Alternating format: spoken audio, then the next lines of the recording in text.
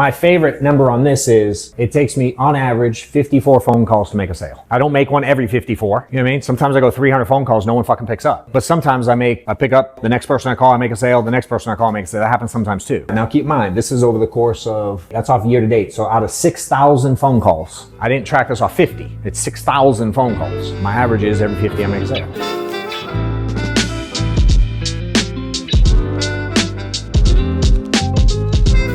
Let's get into kind of, as y'all know, I'm a complete numbers nerd. For those that are does anyone in here not use this online tracker? I'll go that way. Yeah, okay, cool. Nate signed up last night, so some of y'all might be. I know you're not in this group, but you can. There's just literally tracker.johnwetmore.com is a free version. The tracker itself, to track your numbers, is free. There's no charge. If you just want to track your numbers, see how you do every month, great, use it. It's free forever. I've always had a tracker out there. For years, I had a Microsoft Excel version. I'm an Excel nerd. I'm a former accountant. I'm kind of a geek, so I always kept track of it that way. I literally have every spreadsheet for every year, for every client I've ever written in my career. And I can go back in. Like we were pulling, if any of y'all saw, we posted that picture, image, whatever, on Instagram, maybe even on Facebook the other day, where it said we just cracked doing $1 billion in issued premium cumulatively in my career. And Amanda, like they put in the numbers, and the first two were like round numbers. It was like 200K. I'm like, we didn't issue 200K on the button. And she goes, I know you. And I said, I probably made that number up one day. She goes, yeah, you did. You just told it to me. So she typed it in verbatim. I'm like, no, pull up the exact number. And she's like, where do I get it? And I was like, go to Dropbox, go to 2012, go to 2013. There's a clients folder. You click on it and had literally my $177,312. I got wacko about numbers because it makes the business easier for me. It gives me so much clarity. It tells a story. You know, versus we tell ourselves stories. You know, she told herself she sucks, and I'm like, no, you just work less. One question, she was like, yeah, I did work less. Okay, well, that's why your numbers were less. Yeah, correct. Which is working less, to be clear. At what we do, we prospect and we present. If you prospect less, you work less at money-making activity. Yeah. Because some of the other activities we do are important, but they don't necessarily make us money because we're not good. Correct. Yeah. It's the same as many other things in life are important, but when you have a job, you work 40 hours before you go do those things. And if you track your numbers, you will not have 40 hours of prospecting and presenting. I can promise you. You will not. If you go, my job is to prospect and present. Everything else is noise. It's obligations. It's things I got to do. I used to look at it like the equivalent of having a second job, because I've had those my whole life, right? Prospecting and presenting is my job. Paperwork, that's my part-time job I do at night. The study and all that shit I do, for me, was the equivalent of going to night school and get my degree when I was 25 and 28, which I also did. You know? So mentally, I have to hit 40 hours prospecting and presenting first. Okay. For me.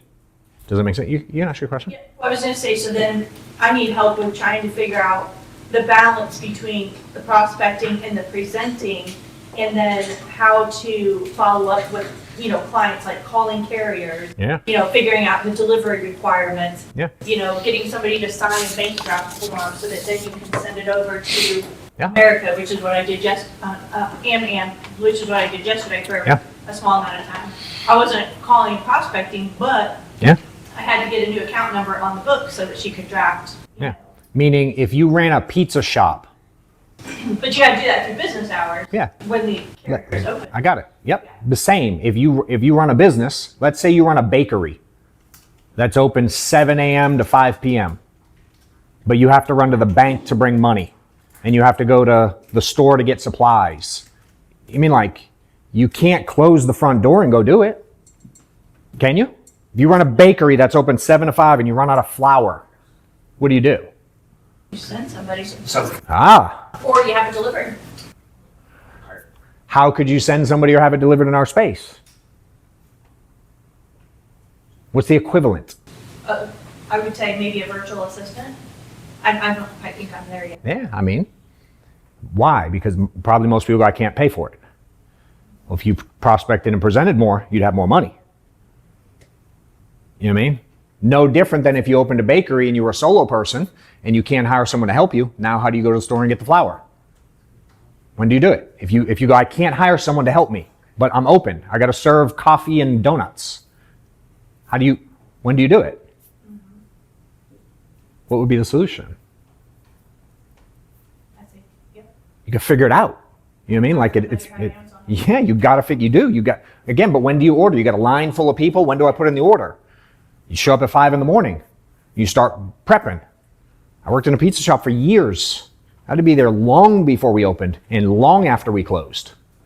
Do inventory, taking orders, putting it, you know what I mean? Doing all that stuff, setting up the schedule, doing staffing, counting the money, doing the books.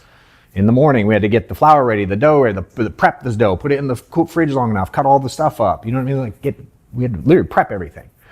And so you have to learn you can't take the excuse and go, I'm locking the front door of my business, closing the register, so I can then go do all the stuff I got to do. When did I go to the bank? 11 p.m. They have a drop box. You give a special key. You go in, you open 11 p.m., you watch your shoulder so you don't make sure to get robbed when you're dropping 3 G's in the lockbox. You know what I mean? It's like it was part of it. I couldn't just go to the bank at 10:30 a.m. and go bring it to the teller. It wasn't an option. I was in charge of a pizza joint. You know what I mean? So, and we can all too easily find simple excuses as to why we don't prospect and present, which is our job. It's very easy to find excuses. You know, valid, invalid. I'm not arguing that. I'm just saying you didn't prospect and present for 40 hours. If you prospect and present for 40 hours, you will make a shitload of money in this space. And again, there's how many in a week? I mean, what's the math? It was 168 hours, 172 hours? I don't remember the number. I think it's 168. Someone do it. 24 times 7. It's 168. You know? I always say, so if you work 40 and you sleep 8 hours a day, 7 days a week, that's 56, and you get 96 hours, you still have 72 hours left in the week. Work 40, sleep, 56. You still have 72 left. There's a lot of time. One of the pages in here, y'all will see it visually. If some of y'all probably already snuck and saw it. But there's a page in here that will visually put your schedule on. So for me, if you look at this here, these are my numbers in February. If you want to put yours down, compare yours to mine. You don't have to do it now. You can use it later. You can do it next month. You can do it whatever you want. And I share mine. So if you're in this tracker, I'm also on the guest leaderboard. So people can compete against me and see what I'm doing out there. And I am definitely part-time. You know, if you count my hours, actually I can show you here. If I go, oh, you know what? Doesn't work, Reese. I meant to fix it last night, but I didn't get a chance. If I go March, which you can probably fix this while we're talking. If I go hours, see what it does? It changes up top, not down the bottom. Oh, it puts it here. I see what it does. I just learned it. So this is our group, including the people who are in here. So if I look at March's hours, again, we go 40 a week, 40, 80, 160. Full-time, 40, 80, 160, right? 4 weeks, 40 hours. The number one was Kyla in our group. She put in 127 hours prospecting and presenting. So even the ones that I work with directly haven't figured out how to put 40 hours in prospecting and presenting yet. Now, what I always wear them out about is I worked 89, so I wasn't that far behind them. And funny enough, the month before, I think I was second the month before. I was in second place in hours the month before. And I don't even sell full time. You know what I mean? And I got 7,000 other things going on. And 5 kids and a family. And I traveled 4 times last month. You know what I mean? I'm like, if I can figure it out, no one's convinced me that they're that busy that they can't figure it out too. If we sit down and look at your schedule and we break it down and give you all the family time you want, again, you can have 20 hours of family time. You still got 50 hours left. So y'all have to talk to yourselves about your own reality and figure out what you're doing with the time is the real deal. I don't care. I'm just pointing out you have significantly more time than you tell yourself you have. Great, these are your personal production numbers. Yes. Yes. Yep.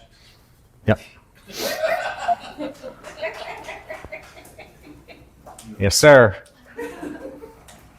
And these are my personal production numbers for the year. I go here. Can you see it? So I'm number one in my direct base shop as a part-timer. 160, sorry, I'm Yeah, this is submit, 160 submit. Yeah. And then if I go to issue paid, we haven't updated issue paid in a month, correct? Since March, this is through March 15th. 104 through March 15th. So I'm probably close to 150 now. Issue paid. The submit number's right because it's tracked daily. Issue paid, we have to run a report. So I'm over 140 for sure. Yeah.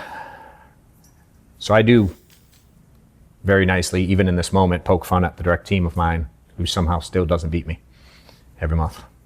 Giovanni. Last week, last month, by fucking like $3,000. I'm smoking you for the year. Yeah, you did. I want to push your button right now. I knew that was coming too. I know you did. Go ahead. So obviously you run a giant organization, right? Yeah. So in choosing where you spend your time, like 114 hours is no small amount of hours on a No. right? Yeah. Like, is the juice worth the squeeze on the production side for you is greater than what it would be in pulling the levers on the greater Yeah. organization side? Yeah. So yeah, it's a good question. Yeah, I mean, I'm in a very different situation. Like, there's levels to this thing, right? And it happens over time. When I was in her position, I spent significantly more time helping the team because I was losing money selling personally. Like, if I went like, what's in my pocket? I lost money selling. Yeah. It just, Why I need to sell so she can stop. correct.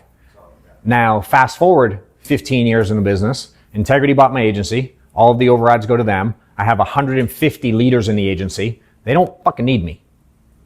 So that's that push-pull thing. I get to now kind of go, call me if you need me. And now my life turned into like glorified HR. Only time anyone calls me, it's like dealing with bullshit. It is. You know? And the whole agency runs, again, I'm here to help, but like a dude who already has been making 7 figures for 4 years, he doesn't need me to teach his new guy how to work 40 hours. I don't need to do that piece anymore. You know? So as it's evolved for me, one, Integrity, just being clear, they get all the overrides. John Wetmore doesn't get the overrides anymore. They get them. They bought my agency, right? I have shares. My job's to grow the company. I sell, I get the money. That doesn't suck. Yeah. You know what I'm saying? So that's the only way I continue to get paid. Now they pay me a salary, whatever, but my job is to run the agency, grow it, IPO, make a bunch of money on the stock. I own a lot of shares. Life is going to be okay. You know, but again, as the size we got, so now I build a direct base shop solely. I don't get paid on this either. But it's fun to me to help people build direct. That was my favorite time of the business. When it became sell your agency, all these people, blah, show up to fucking meetings and do P&L meetings and show up to board meetings and do all that. I hate that shit. You know what I mean? I don't enjoy it. I could train on that for 3 hours. I'm not mad that I did it. Knowing what I know today, like everything in life, I've learned some things and I would do it different. You know what I mean? But I don't regret where I'm at. And it's definitely working out. But could I look back and tweak some things? A lot of things. A lot of things. You know what I mean? As you continue to grow through this business, you don't know what you're doing. You run into walls. You mess up a lot. You make mistakes. You go like, oh shit, wouldn't do that again. That don't change. We don't have a lot of guidance anymore. You know, you start leading, like you have a few people to rely on because they've done more than you. But like Marshall, like how many people does he have to rely on? There's not that many people have done what he's done. Right? So as we continue to build, I'm always flying blind. I don't know what's next. You know, and some of y'all, we had a call the other day. It's like, dude, I really don't know what's next. Like curveballs come forever. You know, so I think you got to get really good at flying with the punches and keeping your head on a swivel and adapting to change. And all those things are such important skill sets to build now because that don't stop. And if I could like not be in contract and say every word about everything, I could continue to tell you guys how difficult it gets. One day I'll get to tell, you know what I mean? It's like, it doesn't change, dude. It stays hard. There's just different things of hard. Is the money easier with time? Yeah, the money flows in, dude. It's fucking gets stupid easy. But it's variables, you know? Selling 40K, 50K a month, putting 50K in my pocket, that's really easy. That's one of the most elementary things there is to do.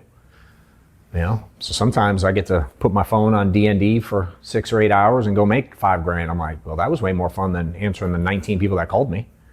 Because I sure as shit don't want to hear all the sob stories about how bad their day was today.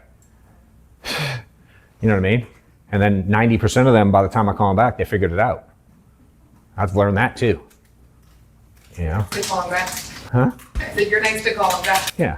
I'll send a text, you figure it out. Yeah. I do, I don't call. Yeah. I have too much to do. Yeah. I Yeah. don't call. It's a strategy. There's never a, you call me without a scheduled call, I promise. I, for the longest time, I still have some variation of it, but when they call, you get that little button you can hit on the left that's like auto text back. Like, hey, I'm in a meeting, what's up? Hey, I'm on a flight, what's up? Now it says, hey, I'm on the other line. I think now it says call you back. But I'll even do it, I'm sitting there just doing nothing and the phone rings. 100% in a meeting, call you back. On a flight, call you back. They're like, I thought you were home today. No, yeah, I mean, sorry, I hit the wrong button, I guess. I don't know. You know, it's just, it is what it is. Sometimes it's letting people figure shit out on their own. Go ahead. I have a question. On that, what is that as new business acquisition versus like, let's say like a policy fell off 2 months ago, and then you rewrite it 2 months later, and that production gets counted, or a client calls and they want to increase their coverage? What's the breakdown of that number?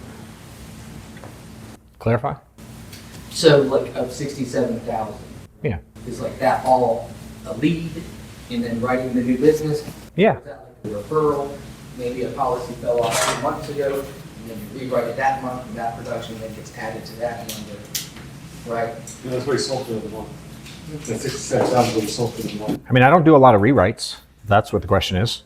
I think that's what his question Yeah. is. Like, So is it here's- all fresh production? Yeah, is that lead? Here's right here. Look. Here's the production of the 67 grand. Final expense sales 34,000, vet sales 30,000, referrals 2,000, IUL $600. So I had 2,000 in referral business. All the rest of it was leads. Yep. Yep. If I go to March, I had a couple referrals in March too. Let's see, 10,000 referrals in March. So 30,000 in new leads. 10,000 from a referral, 8,000 from current clients that I wrote a year ago. And funny enough, I was on a Sunday afternoon. Maddox had baseball, which I don't like missing I like going to all his baseball stuff. But I had some travel coming up. So I stayed home on a Saturday, Sunday to work because I was going to be gone during the week. And on Sunday, I was sitting in my living room on this little uncomfortable chair I hate my wife bought, but I sit on it because she won't get me a fucking recliner because it doesn't match the pretty stuff. I'll show you the chair later for those that are coming. And ask her where my recliner is, please. Someone. It'll help me.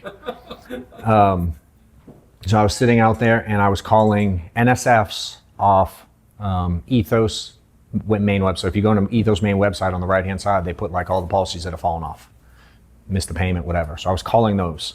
And I called through one and I got this guy Omar on and I was like, hey dude, now my staff had called him 48 times in the last month. Tried to get a hold of him, text him, emailed him, called him every day, never answered.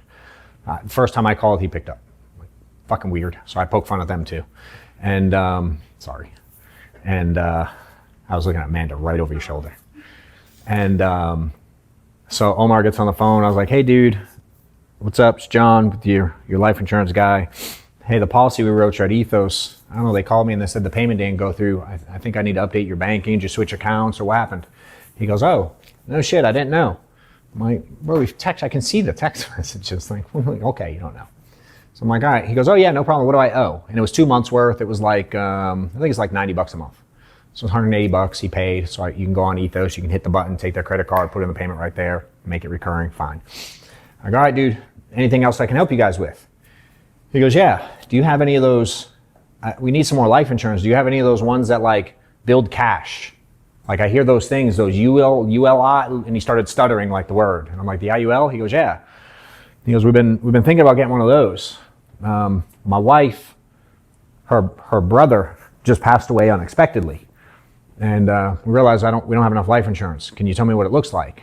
And so I start going through it. And long story short, I write him an IUL for like, his was $360 a month. Calling on a $90 NSF, so $360 a month, get into him same day draft, pays it right there. And then while I'm on the phone with him, I'm telling him the numbers, what it looks like. And I hear her in the background yell, hey, get me one of those too. So I get her on the phone, they switch. I start talking to her about it. And I said, hey, I'm curious what happened with your brother? Like something crazy, health-wise, accident, like they're kind of young. And I said, if you don't mind, I'm just shit curious what happened. And she got like super emotional. She's out on 285 here. Y'all know 285? They were drinking. Friends did something stupid. They got out of the car on the interstate and he got run over by a tractor trailer. Yeah. Now, if I ain't calling NSFs on a Sunday afternoon when my son had baseball, because I talked to my family and I'm like, yo, I'm traveling this week. I need to get some work done so we can get paid so we can do X, Y, Z because we're going on to the Grand Canyon in 2 weeks and I want to be able to get the work done now instead of later, yada, yada, family on the same page. You stay home, call some NSFs. I wrote $8,000 in like 3 minutes. You know? Active. Yeah, that's it. It's just activity. You know what I mean? So then I post I did it again this week. It's like 2 phone calls, 2 answers, 2 sales, X amount of, you know what I mean? Like with time, this thing, it becomes easier. So I ain't mad. I do referrals. I do other stuff. If you've been looking for a tool to help manage your day-to-day activity, your clients, you can text your clients post-sale. My phone script, as y'all know, I hate scripts, but the structure and phone script I use is in here. There's leaderboards. You can track deposits, leads, all your analytics. You can get my tracker at tracker.johnwetmore.com that I personally use to manage my entire business and my entire agency for you agency folks out there. Feel free to check it out. The dial tracker is free. It keeps up with your daily activity, lets you know how you're doing day in and day out. There's cool badges you can earn. It keeps track of your hours worked, talk time, the whole deal. For you agency folks, this is something my team uses internally to manage all of our issue paid, all of our leaderboards, all of our debt. You can see everything on each individual agent in your group and see how much activity they have and how many leads they're buying and what their monthly production looks like. And that way you can help manage them, help push them, help them hit their goals, and more importantly, help them be more profitable. So this is literally a tool I use internally day in and day out to have scaled our agency to over 200 million a year. So check it out again, tracker.johnwetmore.com, and hope it helps you. You know, but sometimes I put in some extra work. I sold one. Funny enough, I got in first place last month. Daryl who fucking ditched us. He came in second place last month. Funny enough, I'll show you this one too. I'm very competitive as well, and I don't like leave. I was actually leaving Giovanni's. I went down to take my son to tour a school, and what was the name of it? Southeastern University. It was in Lakeland, Florida, which is somewhat near Tampa. Found it's not near Tampa at all, I found out. I was told it was in Tampa, so I booked a flight to Tampa, and then I found out I could have just went to Orlando and hung out with Mickey Mouse instead. Anyway, so I go down and was that February? That was March. So March. John, I remember there was a guest tab there before. And I used to look at it, but Now you should see submit. Your whole submit is going to be guests. It's all guests, leaderboard. Yeah. Yep, when you see it, we just changing the names around. But you still see the same thing. You should. If it doesn't work, let us know. But yeah, and when you go in as a guest, you'll see submit, and it's you, all of y'all that aren't in, it's everyone, and I put me on. So it's everybody outside of the base shop plus me. So you should still see that. If not, let me know. We'll look at it. So can you see that? I know you're blind. So that says 8,000. This was, what month did I do? This is March. So 8,200 in leads, 260 leads, 22 off leads, and then some of the others were the referrals. And I get about 75 leads a week, ish. Yeah, so that was a little bit less. 260, 130, 65 a week. Was that month? Yeah. Now I don't suck at this. You know, like if my pickup rate. Everybody asks about that. If you want to. Like I like sharing that. That's my favorite thing to share is like what my pickup rate is. 6.1%. Pick up the phone. So I make 100 phone calls, 6%. And if I compare to the team, I actually have lower than a decent amount of people. Like if we go contact rate, so Michael lies. He has 100% pickup. But you can see some of these people. Giovanni's is 10. If I go year to date, let me change year to date. Contact rate. My year to date contact. Where am I? Where am I? Oh, I have the number 15 in contact rate in the group. So I don't know if that means I'm the 15th best or 15th worst, but mine's pretty bad. 7.5% year to date. Some people are 8, 9, 10%. The highest is 15. Again, out. Huh? 100%'s the highest. 100% what? Yeah. Yeah. Yeah. 100% the highest. Yes. 100%. Yeah. They are. So, John, how many do you keep these in your pipeline? Like 75 leads a week? Yeah. When does that become unmanageable and you just let them drop off? Like a 21-day cycle or 14? I probably don't even work them that long, dude, to be honest. So my presentation rate's 40%. So if 10 pick up, I present to four of them. And if I present to 4, I'm going to close 2.5 probably. You know? Yeah. You know, but my favorite number on this is I make a sale. It takes me on average 54 phone calls to make a sale. I don't make one every 54. You know what I mean? Sometimes I go 300 phone calls, no one fucking picks up. But sometimes I pick up, I make a sale, the next person I call, I make a sale, the next person I call, I make a sale. That happens sometimes too. You know, but on my average, now keep in mind, this is over the course of, if I go year to date, that's off year to date. So out of 6,000 phone calls, I didn't track this off 50. It's 6,000 phone calls. My average is every 50 I make a sale. Yeah, which is what, 120 sales, roughly, for you non-math people. Yeah. How are you capturing this data? I use, hey Reese, it worked perfect right now. He snuck up to me, he's like, hey, I put one of these in your book just in case someone asks for it. I literally do this. It worked perfect. Yeah. I'd literally do that, and at the end of the day, we just go right here, go down tracker, and I just put it. So that's the thing we Yeah, I just plug it in right there. I use this. I use one till it's full. Mine I usually use maybe 1.5 a week. It's 500 phone calls. Sometimes I only use one a week because I don't. Dash it and circle contact and then I slash it if I call. I X if they pick up. I circle if I. There's a little key on there that explains it. Can you define a full call before? Like someone that actually rings? Yeah. I mean, again, some people do like go, those ones that are disconnected and they go straight, like, and you just keep calling it 12 times in a row to like get your nut. Like, I count a phone call. Same as a presentation. You say the same thing with presentation. Some people put, what's a presentation? I mean, fucking use your mind. I don't know. Like, if you want to believe the one you think is, knock yourself out. I don't give a shit what you do. I know when I present, and I'm trying to track my numbers to know my real numbers. I'm not trying to show off and let Giovanni know somehow I present more than I do or close. I want to know what my numbers are. make yourself feel good. Why? Because if I'm on phone call 200 and I've got nothing going on, most agents get sad and want to go for a walk. Where I'm like, dude, I'm at 200. I'm about to go on a fucking run. It was going to get good. I ain't stopping now. I close every 50. I'm at 200. Dude, I might close my next 3 phone calls. I'm sure as shit not stopping. So it's just understanding your numbers. Just know who you are. I know everything about all my stats, and I can visually see how my day and my week is going. So I physically do it every time, and then I take 9 seconds at the end of the day and I plug it in.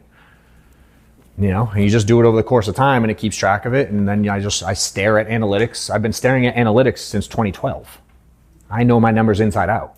And I know how to look at someone else's and point out what they're good at, what they're bad at, or when they're lying. I can see that too. Some people go, I sell $8,000 a month, but somehow I have a 92% close ratio. I'm like, so you're not putting in the ones that don't because you don't want to make it look like your close ratio is low. Got it. Like people do it. So I got to learn how to coach that person. You see people that submit all these numbers and then issue paid comes out and it's half. I'm like, cute. Or they do a rewrite and they keep reposting it as a new sale when it's not. Like, it got declined, so I got a declined at America, so I write trans. Then it got declined at trans, so I wrote Corebridge. I wrote 3 apps.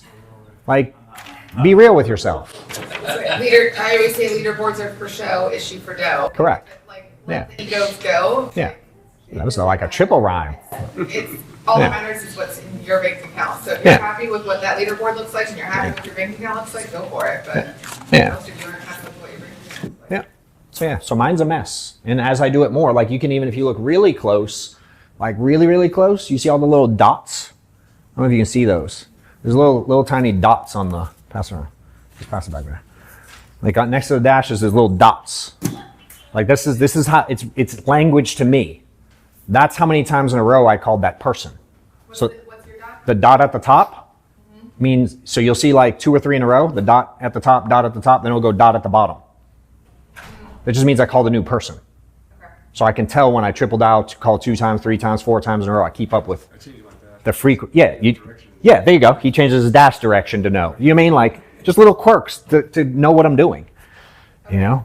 Because I'm human. I call someone 3 times in a row. I can question it and not want to do it too. Yeah. I'm the king of saying triple dial. But no, y'all go ahead. Yeah. If I got $1, how would you recommend tracking? I mean, it's gonna be different there. I dial myself and I got $1. Yeah. I mean, I just want to.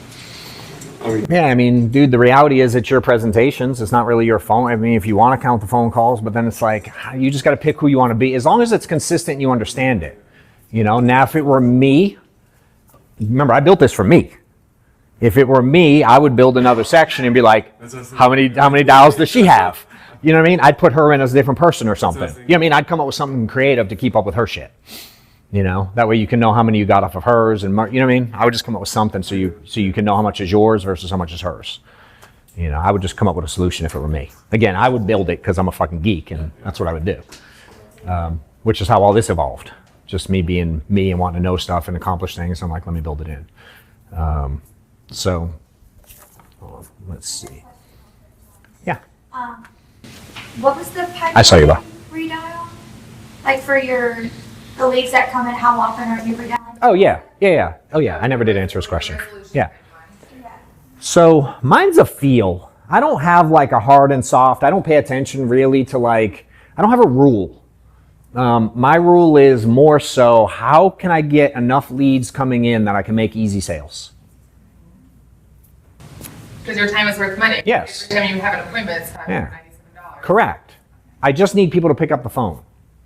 I always say I have no advantage. John Wetmore has 0 advantage in this business making phone calls. None whatsoever. I have no advantages over any of you. I deal with the same shitty pickup rate. I deal with the same spam stuff. I deal with the same people being blocked, the same Google thing. Hey, did you tell me who you are first? I deal with all that shit like y'all do. Somehow I haven't dealt with FaceTime blocking me or Apple ID block. Like he's on his 14th phone. Yeah, he gets in Apple jail every other day. So far. you don't need to say anything. When it comes to that, I've been trying that, not saying anything. Oh, and see what happens? Yeah. I found the goofier things I say, the better it is. You'd be shocked at how many people answer when I say it's fucking Santa Claus or it's Donald Trump or it's fucking the weirdest thing ever, dude. And I haven't mastered what gets them to pick up yet, but the goofier I am, the easier when, hey, this is John calling about they don't fucking pick up. So for me, it's a feel. I just dial off a spreadsheet, to be honest. I don't put anything into a CRM. I don't have a dialer. I literally use my cell phone to make phone calls. And I use sheets. Your cell phone with the same number. Yes. Because then you'll have agents that are like, my number Nope. is spam. I'm getting blocked. I'm getting. Why is yes, my number's getting blocked too. Again, the question is, how many phone calls did you make? A ton of people hung up on me. A ton of people are blocked. Define a ton. Define a ton.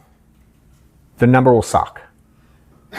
You know, and I can look at how many I got to pick up and go, all right, great. You had whatever many people.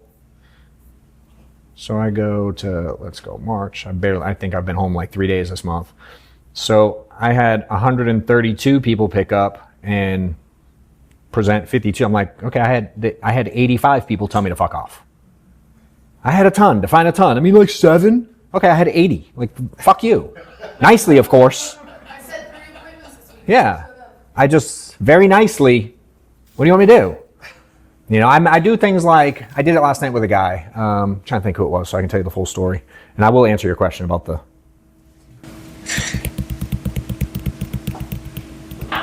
Shit, it was you, Anthony. was about to say, are you thinking of me? Yeah. It was literally last week. Yeah. You go ahead. He did that. Would you say you got your face beat in? Were you that one? I've been using your example all week. I got my face beat in this week. And I said, this is how I did it on the Zoom, Kelly. I was like, how many of you have actually had your face beat in? Has anyone ever had their face beat in, like actually? No, they cry after You have. It hurts pretty bad, don't it? And he goes, I had a lot of people say whatever the excuse was. And I said something like, first, I said, define a lot. Now, as he's saying this, I'm pulling up his numbers. So he couldn't lie to me because I know he was going to. Not on purpose, not to be a dick, but emotionally, he thought something else. Oh, this is good because I used the Disney thing for the first time ever. That fucking worked really good too, by the way. So I use that all the time now. Since I've used that story like 4 times. The Disney ride thing. Oh, it fucking hits. Yeah, no, it wasn't. And I've used it 4 times since talking to you. So I pull up his. I almost want to fucking do it, dude. Analytics. If I go Anthony McHale. Was that last week? Was your number? Last week. He goes, I had a lot of people. I got my face beat in. 12 contacts. And I said, no, you can't defend yourself. No, you can't. No, you can't. I love that. No, I don't like it. I like to visually see it. I like to feel it. I like the game of it. I like the emotion of it. I like to watch. I know every 20, actually, if you see another thing on here, all this scribble over here, every 25 phone calls, that's how many pick up. That's how many I present to or book an appointment with. That's how many I sell. So I know every 25 phone, I can look at down all 25, there's 25 in a row. Everyone, only once on this whole page did no answers in 25 phone calls. Only once. The most, 6 out of 25. Every 25 phone calls, I get somewhere typically between 1 and 3. Sometimes it's 0, sometimes it's 5 or 6. Almost every row, 1, 2, or 3 people pick up. Almost every 25 phone calls. Then I know my numbers on my pickup. How many pick up? I know how many I'm going to present to. This makes it really easy for me to dial. Let me knock out 25. I'm going to get a couple people on the phone. Every few people on the phone, I make a presentation. Every couple presentations, I make a sale. You know? Double and triple dials is just. I do. I dial's a dial for me. I don't do how many leads am I dialing? That's not what that means. This means how many physical dials did I make? Yeah. That's actually the most common question I get about the dialer for my entire career. Is 3-1 or is 3-3? And I'm like, I never thought of that, so every one is 1. I started triple down to people last week to you. Yeah. Yeah. And then the 4th one will be FaceTime audio now. So triple dial regular, 4th one FaceTime audio because those fuckers will pick up. Which also on here, if you see the little corner that I have colored in, that's FaceTime audio. That's what that means to me. I like my cell phone. I hate using systems. So as I'm working the leads, for me, the spreadsheet I use, I literally just dial off a spreadsheet. Let me go into GOAT. So if I go final expense.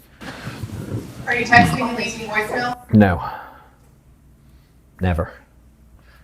Never. All the color coding just means shit to me. But I start here at the bottom because that's the newest lead, dialing. And then I'm a nerd. So when I call it, I highlight it, I bold it because I'll lose track because I'm a squirrel and I do 14 things while I'm dialing. So I call that one. If they pick up, I just use their stuff. Hey, calling about this. You put your hobby is, I assume you meant to put hunting. You put hibbiting. And then Renee is your beneficiary, yada, yada. I'll triple dial. Is it? Hibbiting's real? Holy shit. I was going to say. You dry ass sense of humor. I like it. And then I go up and I call the next one. All right. And you can see these are red. So mine automatically turn red after 2 weeks because I send them to someone else. I haven't called in 2 weeks. That's why I'm a bottom one. I haven't been home. So I just go up a spreadsheet. I call up. And if it weren't, I can take it out. I'm sorry, say that again. They're red for if you haven't called them in 2 weeks? I send them to someone else. So normally it looks something like this. This is what a normal day would look like for me. And this pink just means, because if you use GOAT leads, which I'll have a thing for, a certain amount of them will automatically call you or text you. So the pink just means they text me. So I know it's someone that reached out in a different way. So I start here, I dial up, and I just go. And then as you start to see it, you'll see different. Green means I sold it. So you can see there's not relative to how many leads are, there's not that many sales. You know what I mean? The that blue just means I missed a sale. That light color there. 8.4% sales. Huh? It's 8.4%. On sales? I'll look at it. Yeah, something like that. Yep. If I miss a sale, you mean like a sit no sale? Yeah. Yep. So I tend to go up, and when I'm working it live, it looks a little different because I haven't had leads coming in 2 weeks. But when I'm working it live, the color, I'll see, basically I work the little white gaps because those are people that haven't answered. And I look at the dates because the dates are right over here. And if I have enough new leads coming in, I can't get that high on the spreadsheet anyway because people are picking up. You know what I mean? Like I won't get that far up. If I do get that far up, it just means I'm having a shitty day with pickups. And then if I have that, I maybe go back 2 weeks, maybe, because I'm calling them so many times the first 2 days I get them. Like if they don't pick up after, and I call people a lot.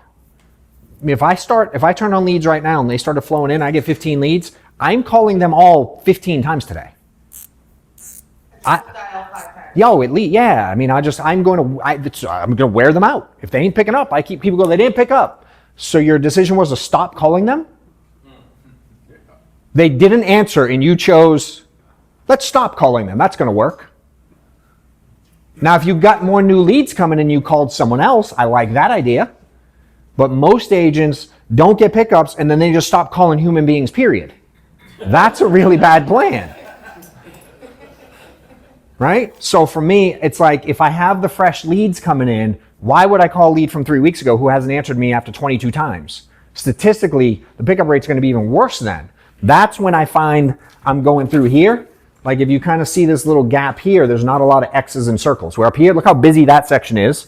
This section is less busy, just visually. There's less checks and circles and colors and shit like that. I wasn't getting many pickups here. You know what I mean? And I'm paying attention to who I'm calling. I'm like, all right, again, I know my dial cadence. I know when a new lead comes in, how often I call it. So if it's 10 days old, I always say this, like you ever get those voicemails like where you see a name and you know what the voicemail is going to say? Hey, it's Betty Lou. You know what to do. Talk to you soon. And they do this little jingle on their voicemail. Like if you can fucking verbatim say their voicemail, you've probably called them too many times. You know what I mean? Like they ain't picking up. I'm not going to take the time to look them up on white pages. I'm not going to take the time to download an app to get a new phone number. I'm not going to go to another CRM and try them. I'm not going to text them. I'm not going to email them.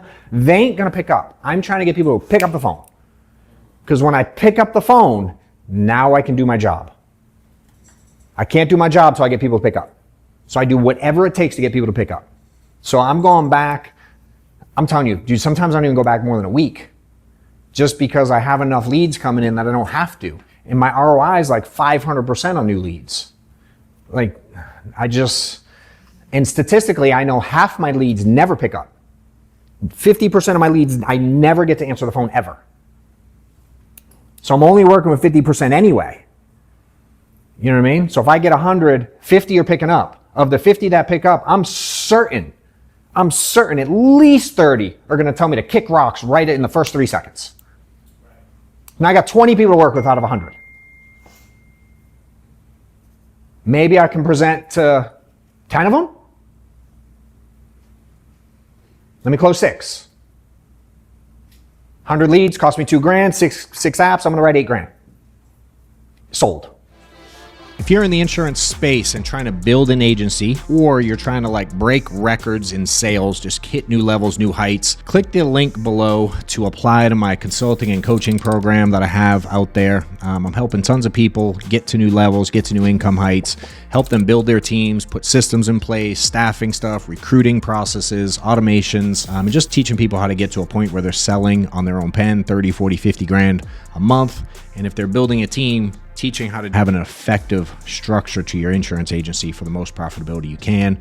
There is an application process. I'm only looking to work with high-end people who really want to make big things happen. If you're interested, click the link, apply, and if you're a fit, I'll reach out. Do I need to call other people? No, I'll give them to him or her or him or her or him. They makes money, I make the spread, keep it moving. You know, I want quick money. I want money now. The time or money game. You learn that game. You learn how to understand that time or money game in this. That's what we're trying to teach Kyle now is like, I know you're willing to do 16 million phone calls a week. Cut it out.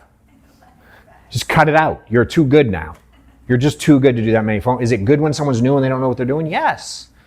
There's phases. Someone talked about transitioning up here at some point. Like, create a plan. How do I go from I got no money and I'm starting, what lead should I call, to what should I get to? Ideally, everyone has enough brand new leads coming in from someone that filled something out a few minutes ago. That way, is there a better shot? Yes. Do new leads make you good? No. If you suck with new leads, and it's an expensive education. So the guy that wants to buy 22 new leads a week because he's tired of getting hung up on, I don't let him get new leads. Now, if he wants to, he can do whatever he wants. He's an adult. But I'm not recommending he get new leads when he can only buy 22 because he doesn't want to get hung up on. I'm like, oh no, you're still going to get hung up on, and you're going to be even more pissed because the lead was 10x the price. Everyone goes through the same cost of education. Correct. Yeah, it's going to be the time or money. Now, is the ROI on age lead better? Yeah, technically, if I don't factor in time. If I did some nerdy finance math and I figured out the annual APR, like the way you can make money on new leads, how quick you can flip it, there's nothing like it. But if I go spend $1,000 on age leads and $1,000 on new leads, if I work $1,000 on age leads, I will make more money on the age leads. It's going to take me 3 times longer though. I just don't want to. I don't want to spend 3 times the money because I can have a lower ROI here technically, but I can flip it 3 times. So really my ROI is a lot bigger. You know what I mean? So again, for me, the cadence is, I just don't want to keep calling the same fucking people who aren't picking up. I don't like that game. I'm willing to call you an obnoxious amount of times. But dude, after a few days, I'm kind of bored of it and I want to talk to new people. Good. That's it. Now, one thing I've been looking at is how to front load. Yeah. Because like lead spend? Front load everything to they don't come off real time. Well, what I found is the volume that I will get in a day isn't enough to spike me out. So somehow trying to front load for the all, good portion of them will be ready Monday morning. So that way I can keep calling them and then have fresh ones trickle again and then follow them back up with those later. Yeah. Do you recommend that or calling them right off the rip right and get it fixed? Like meaning so you're asking me if a lead comes in right now, do I call it right now or do I wait? Yeah.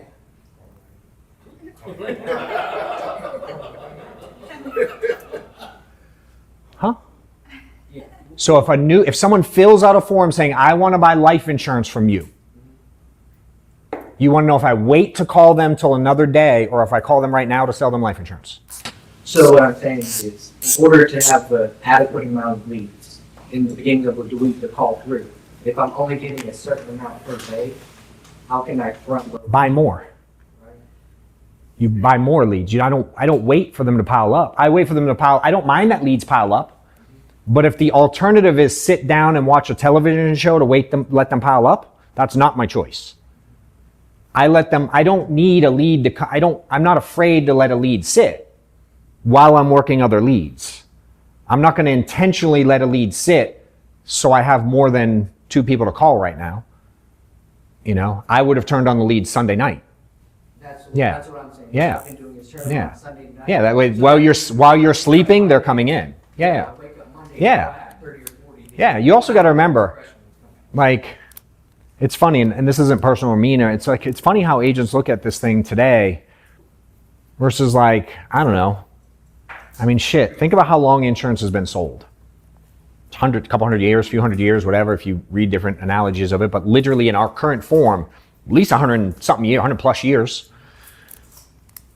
And it's been trillions and trillions of dollars worth of insurance with no technology, no phones, no leads, right? And then again, if I think back to when I first started, all direct mail, dude, by the time we got a lead in and called it, from the time they filled that sucker out, hell, it was a couple weeks, So the ability to get leads right away now is so fucking easy that I don't know, dude. I'm not one that, some people get weird if a lead comes in overnight, somehow it's bad in the morning. I feel that from people too. And I'm like, you think they stop loving their family overnight? Or you'll get agents that are like, well, it's not fresh, it came in over the night. Yeah. Like, yeah, they were scrolling whatever, and 2 o'clock in the morning, they filled it out. Yeah, I mean, it's part. My watch is jacked up. Yeah, and I think that's just working on people's thought process, you know. And then again, that same agent's probably dialing age leads and made some money on them. I mean, I'm like, I don't know. So for me, I've learned to just go like, let's think about what's really behind a lead. I mean, it's like it's a person, right? You know, do you think that person loves their family any less than you love yours? Doubtful. You know what I mean? Probably the same. I'm like, okay. If they filled something out, they probably have an interest in taking care of their family when they're gone. And more than likely, when they're gone, if they don't have insurance and they die without it, and their family's in some sort of miserable shit show, and they got to look down on it and see how it looked, they'd probably choose to have not let it work out that way.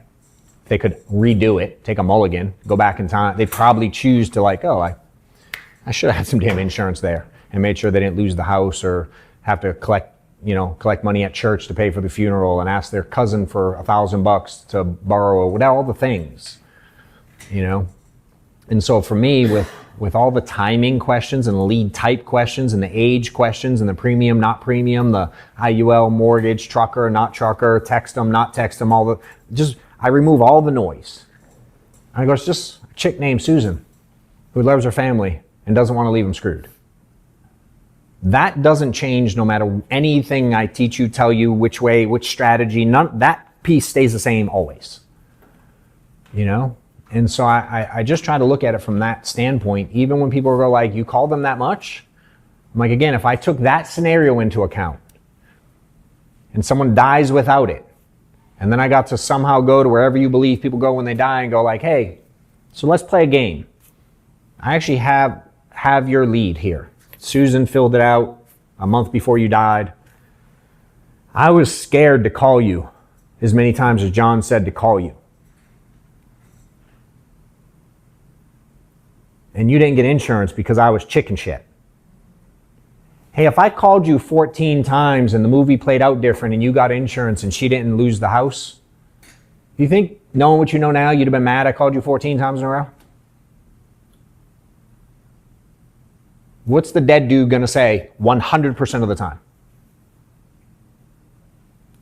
Is he gonna be mad or not gonna be mad? If he could undo the shit show.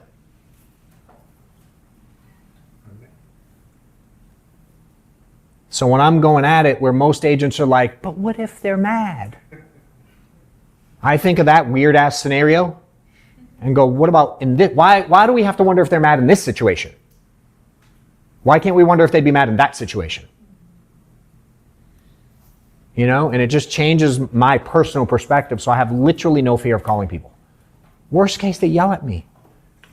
Okay. You ever someone yell at you in traffic? Like, what do you do? Most of y'all probably flip them off and yell back. You know what I mean? On the phone, you're like, freak the hell out and think you should stop calling leads. So I don't know, I try not to overcomplicate the lead process at all. And I just try to look at it very simply, like my job is to just find people who happen to answer the phone at the moment I called and want to take care of their family. And all the other reasons that we make up why they don't answer, because it's a bad lead. No, they worked when you called them. They were in the grocery store when you called them. Their cousin just died when you called them and they didn't feel like picking up your phone. They were in the middle of their favorite soap opera and didn't want to talk to you then. My mentor used to always say, what if they just dropped their milk coming in from groceries and just splattered all over the kitchen floor? That's why they were mad when you called. I mean, you just don't, we make up these what if scenarios. And it's always what if and it's something negative surrounded around it. You know, and so I just change and control my what if scenarios better than most. And then I teach agents how to control their what if scenarios. Because the reality is, the one thing no agents ever argued with me about is that what if everything that comes out of your mouth after, what if the rest of that sentence is made up? Fair? It's 100% made up. So my thing is, if you're going to make shit up, why not make up some good shit? Because you have the ability to do that just as easy to make up the bad shit. You know, we're going through some stuff in business. People are like, how are you staying so positive? I'm like, you think I'm gonna curl up and fucking cry? Dude, I get shit done. I'm gonna continue to get shit done. And life is gonna be okay, even when there's a hard time. I just don't give a shit. Like, it just works. It always works out for me, that I know. If I work hard, things always work out. That's never changed. Hiccup today, whatever's going on, and we got some big stuff going on. Like, in a negative way. What do you want me to do? Okay. You know? And so as I'm calling leads, that all that factors into more, and it's weird how it's connected for me, but like all that factors in more than, I don't know, I don't have an exact formula. I'm just trying to find people who care for their family to pick up. And I'm trying to make my family a bunch of money. You know? And I've learned the more frequently in a short window I call people, you do it enough. I've had hundreds of thousands of phone calls at this point. Million maybe. I don't know how many in as many years as I've done. I know it's been 10,000 since like November. That shit, it was 6,000 the year to date. It's more than that now. I'm probably at like 15,000 phone calls since October or whatever, since I've started doing this. You just kind of get a feel for it. You know what I mean? And I don't know. The business becomes very easy when you study you. You know, and I know how I get in my own head and get in my own way. I know the things I do that cause me to stop thinking, because I don't think perfect. I promise you, I'm a fucking shit show inside my head. But I have to be very aware and control it on a daily basis. So if I start thinking negative, I literally go like, I should be listening to my own training right now. I've had to do it 15 times this week. I give you verbatim details where I went, Amanda, yesterday, I was foul yesterday. I was foul. And we went through Merritt, we were in Baltimore. You know, I've been to Baltimore. Whew, that's a different place. Oh my God, and the people. God bless you, Baltimore. I come from Boston, and people are mean. And Baltimore, I was like, whoa, we ain't in Georgia no more. And I was in a bad mood anyway, and the combination was bad. At one point, Amanda she was literally walking down the airport like, I don't know if we were going to the terminal or leaving the terminal. I think we might have just got home from Atlanta. And the lady, you ever been in, I don't know if they do this in the whole plane. I guess they do when they make you like, when they're about to land and they go seat backs up and seat belts on and all the things. I'm usually in a coma on the phone, on the plane. Like before it takes off, I'm asleep. And I usually wake up when all the noise starts happening when you start to land, because they turn the lights on and they ding the thing and they start walking down the aisles and stuff. And then when they tell you to put your seat up, like I sit down on my seat and I put the seat back. And then when they tell you to put the thing up, I'm like, I'm kind of not ready yet. And so yesterday, the lady, I was asleep and I woke up and I'm like, and she goes, sir, and she taps me on the shoulder and goes, can you put your seat up? But she grabbed the handle right here and hit the button herself. Now I'm leaning against the chair, like I'm half asleep. She hits the button and she's like, it's not going up. And I look at it and apparently I gave her a dirty look. And I'm like, no shit, it's not going up because I'm sleeping, leaning on it. So I sit up and I try to do it and she won't let go of the button. She wants to control the button and I lost it mentally. I didn't say anything to her. But Amanda was like, we get out, we're walking down to go to baggage claim and she goes, you need another nap. You know, so it's like I can get just as negative and foul as the next person. I've just learned like, how can I trick myself to control it? You see all the signage around here, all the positive, read the Jordan sign, the thing about numbers, the sign over there, which is technically the next section, I think. Yeah, we are. Look, I'm flowing to this perfectly, Reese. Maybe Wait. 7 minutes late. One question on analytics. Yeah, I'll let you answer right after this one. I'll ask right after this one. But like, you see the sign, that's one of my favorite signs. The one about losing. Yeah. Do you hate losing so much you're willing to change, or do you hate change so much you're willing to lose?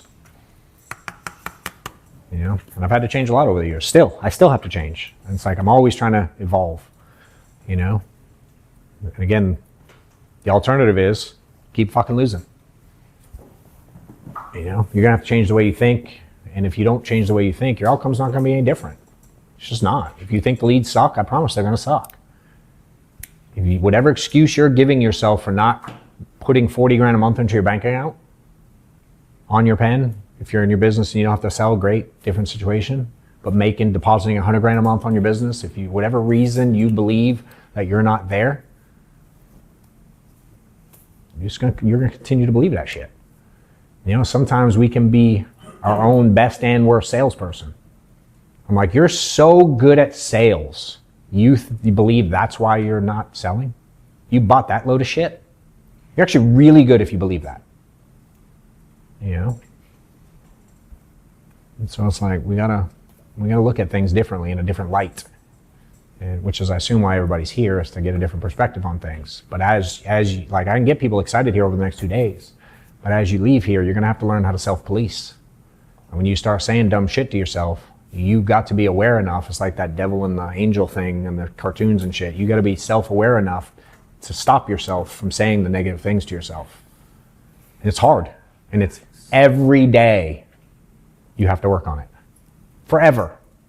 I teach it and I still have to do it to myself every day. And I promise you, hang out here for a little bit. Some days some days I lose it. But it's short. I fix it quick. You know, I'm not perfect. I'm a shit show in a lot of ways, but I try to not let it linger.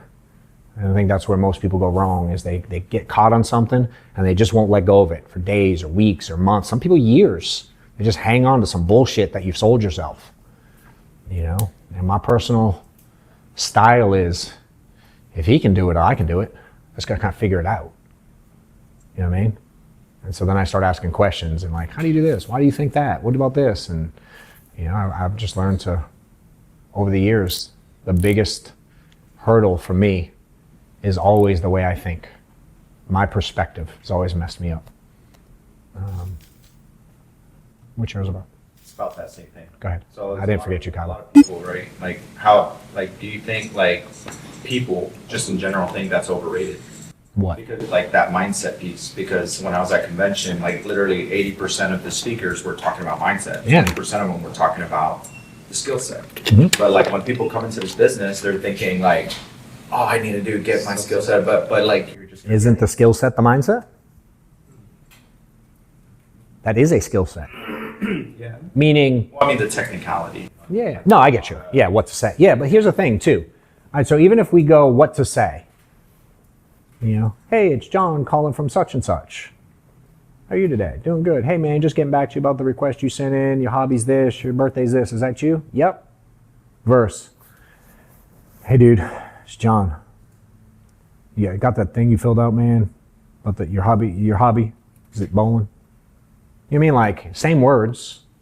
Different energy. 100%. You know? think- So like part of the skill set of the how to and the literal sense of it is dictated by the way you think. You know, Yeah. when she thinks she's, and I don't mean to pick on you, but it's an easy example. When she thinks she's really, really bad, don't you think when clients pick up, she speaks to people different than I do just by default? Her words are going to be different. My words are going to be very assumptive. Why? Because I assume she wants to help her family. She still might be in a point where she assumes they're going to hang up on her. Right? So I'm going to go in less timid. I'm going to go in more direct. I'm going to go in with less fear. My tonality is going to be different. I'm going to ask very assumptive questions. I'm not going to be like, so, you know, if you get something, if we can find something in your budget today, nah. I'm talking about like, hey, in a little bit, I'm going to show you the price and you're going to pick a plan that makes sense for your budget, okay? You know, so that my thought process dictates the piece you're talking very heavily. The reason why I asked was, you know, as someone who built a big agency Yeah. and all that, like I'm talking about like your new agents that are coming Yeah. on board and Yep. really shifting that. I have to. for them. It's what I spend the most time on. It's what I spend the most time on. The script, like who gives a fuck what the script says? Have you seen it? There's no magic words in here that you can't say. There's no big words. There's nothing you probably can't spell. There's definitely no new ones. You ain't gonna see the damn script in here and be like, holy shit, I ain't never heard that word before. And then I'll stand on this till I die. There's nothing else we do in life where you're afraid to go do it without a fucking script in your hand. Name another thing you do in life where you bring a piece of paper and you have to read it to the person before you talk to the person. Someone once said wedding vows. I was like, it's kind of close, I guess, sort of, but you don't know what to say to her without the piece of paper? That's not good. You know what I mean? Like, where else do we need? Go to the doctor, go to the emergency room for the first time with a baby. Do you call your mom and say, can you print me a script on what I say when I get there? You know what I mean? I'm in another country and I get lost. I like, do you need a script? You whip out your fucking phone and you look for one of those translate things and you do weird sign language and hope like hell you can figure it out. You know, and I just think people get so caught up on the silliest things. There's just such a roadblock on a script. I'm like, can you just talk to them? Can you just learn what we're doing here? Like common sense, can we just have common sense with it? Dude, my son got on the phone. Hey, that fucker still ain't got his license. God bless him. Bro, he's on a school field trip thing today. He just turned 18. But I had him dialing last summer, still at 17. He was making phone calls for Giovanni and some people on his team. He got 0 minutes of training from me. 0. I'm like, pick up the phone, call him. What do I say? You know it's a lead about life insurance, right? Yep, tell him you're calling about that. No training. Dude, he was booking a lot of appointments. A bunch of people sold some insurance off him booking. I gave him 0 training. I don't give any of my new agents a script. I don't go, here's a piece of paper, learn this. 0. This on the tracker, if you see the little script section, that's the first time I've had it on a website in my career. I don't give script. I'm like, I love them. Yeah, which he does. He does love them. And I'm not saying that's what they both work. Right? And do I want intentionality? Yes. Do I want structure? Yeah. Can you read a script? Sure. What up, y'all? So YouTube memberships, we have one now. Right next to the subscribe button, there's a neon white join button. You can't miss it. Subscribe, whatever it says, click the link, get in there. I do a ton of coaching, teaching people how to dial, corrections, working on their presentations, working on their mindset. I will coach on theory, but I like coaching real world stuff. And if you join the membership section, you're going to see live coaching where I'm not only helping people, but every once in a while I get in there and dial myself. There's some cool videos coming out, tons of content. All of the training videos will be directly on my YouTube channel. That's available to members only. Super easy to find. So join now if you're interested. Click below. See you in there. I used to have to do, you ever do role playing? Bruh. You can hear it in the background. Yeah, let's role play. And you hear the paper. Hey, John. I'd be like, stop. Dude, I didn't ask you if you could read to me. I know you can read. I'm not confused. You know how to read. Can you call me? Put the paper away. Call me. You know? Well, to my defense, I live and breathe by. Yeah. It's super calculated. So yes. now, I live by structure. Yeah. Well, when people are pausing or sitting around thinking, Dennis will fucking pick up me and Dennis will look at each other. Yeah. Like, no, this is what you need to be doing. Yeah. So it's very, very calculated. And, Yeah. And we can get people. Yep. Agreed. Yeah. Yeah. Again, I see both angles. Even if I use a script, if you're reading it after a week, it shows me you don't study your craft. Oh, yeah, for sure. Yeah. You don't study your craft. If you don't know your underwriting after 3 months, 6 months, you don't study your craft. Period. If you need a toolkit to find out what to do with someone on insulin and that had a heart attack 2 years ago, you don't study your craft. I'm not mad that we have it and it's there. Like if you can't tell me the difference between company A and company B and why you sell this one versus this one in this situation, I'm not saying it's right or wrong. You don't study your craft. You know, and so few people do. They just grab the script and read it. You know what I mean? So it's like, I like it, but and I know you are because we talk enough, are we teaching them what the script's accomplishing? Oh, yeah, are we teaching them to be aware and pay attention and get the reactions and tweak things based on it? And even if I take yours specifically and you have a script, if I record 15 of your presentations in a row and played them verbatim over each other, 0 of them are going to be word for word for the entire presentation. They're going to be in the ballpark. Yeah, mine are too. But they're not going to be verbatim. Even when I go, hey Clint, if you watch the video in the very first video, there's a slight variation in how I say it sometimes. You know what I mean? Why? Because I know I'm trying to just get them to listen. That's it. I want their ear for 3 seconds. And then once I get it for 3 seconds, I want to create a curiosity to get it for 30 seconds. And once I get it for 30 seconds, that gives me a lot of time to work to then get it for the next 10 minutes. That's all I'm trying to accomplish when I get someone on the phone. Where most people are trying to get in 47 words before they get hung up on because they're afraid to get hung up on and they want to get, I'm John from the benefit center, call about the thing, and go, state licensed, regulated, underwriter, all these things. And I'm like, dude, they ain't even listening. You know, and I need Get their attention. correct. So if they don't know what the script's doing, you know what I mean? Again, I ain't mad at it, but you know, the reality is, this is the truth. Scripts were created for the agents who are too scared to make phone calls without one. That's the only reason they exist.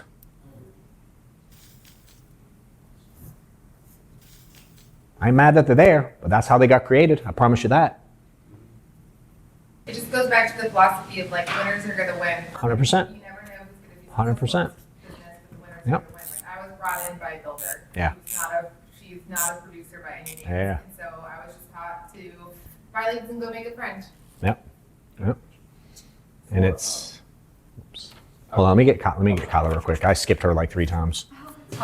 No, mine is quick. It's just for the analytics side. Yep. How often are you analyzing them? Because I catch myself in day to day and week to week, which I know is wrong. Yeah, I mean, so how often do I look at them daily? Yeah. How often do I analyze them? My favorite time to analyze is once a quarter. Like to really analyze. I'm looking daily and weekly to see if I hit metrics. So I put standards in place. Here's what I want to do this week. Here's my goal. I know I should have X amount of phone calls a day. Did I hit it this day? Like an easy metric for you is how many of these pieces of paper should you fill up in a week? Right. How many do you fill up? Oh gosh. But before these past couple of weeks, multiple. Yeah, I mean, for me, I want to know, I can tell how I know how well I'm doing based on how quickly I fill this in. Because I've looked at my numbers so long, it's a feel. You know, I know dude, I've, to be clear, since I've been back on the phones in the last 2 months, I've never filled up 2 of these in a week.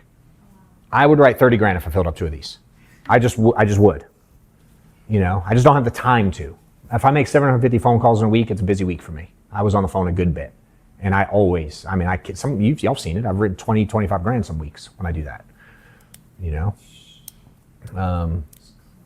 Yeah. Yeah, I mean, I've been doing it a long time, dude. When I get on the phone, I'm fucking good. You know what I mean? I don't get on the phone, it's like I'm not good.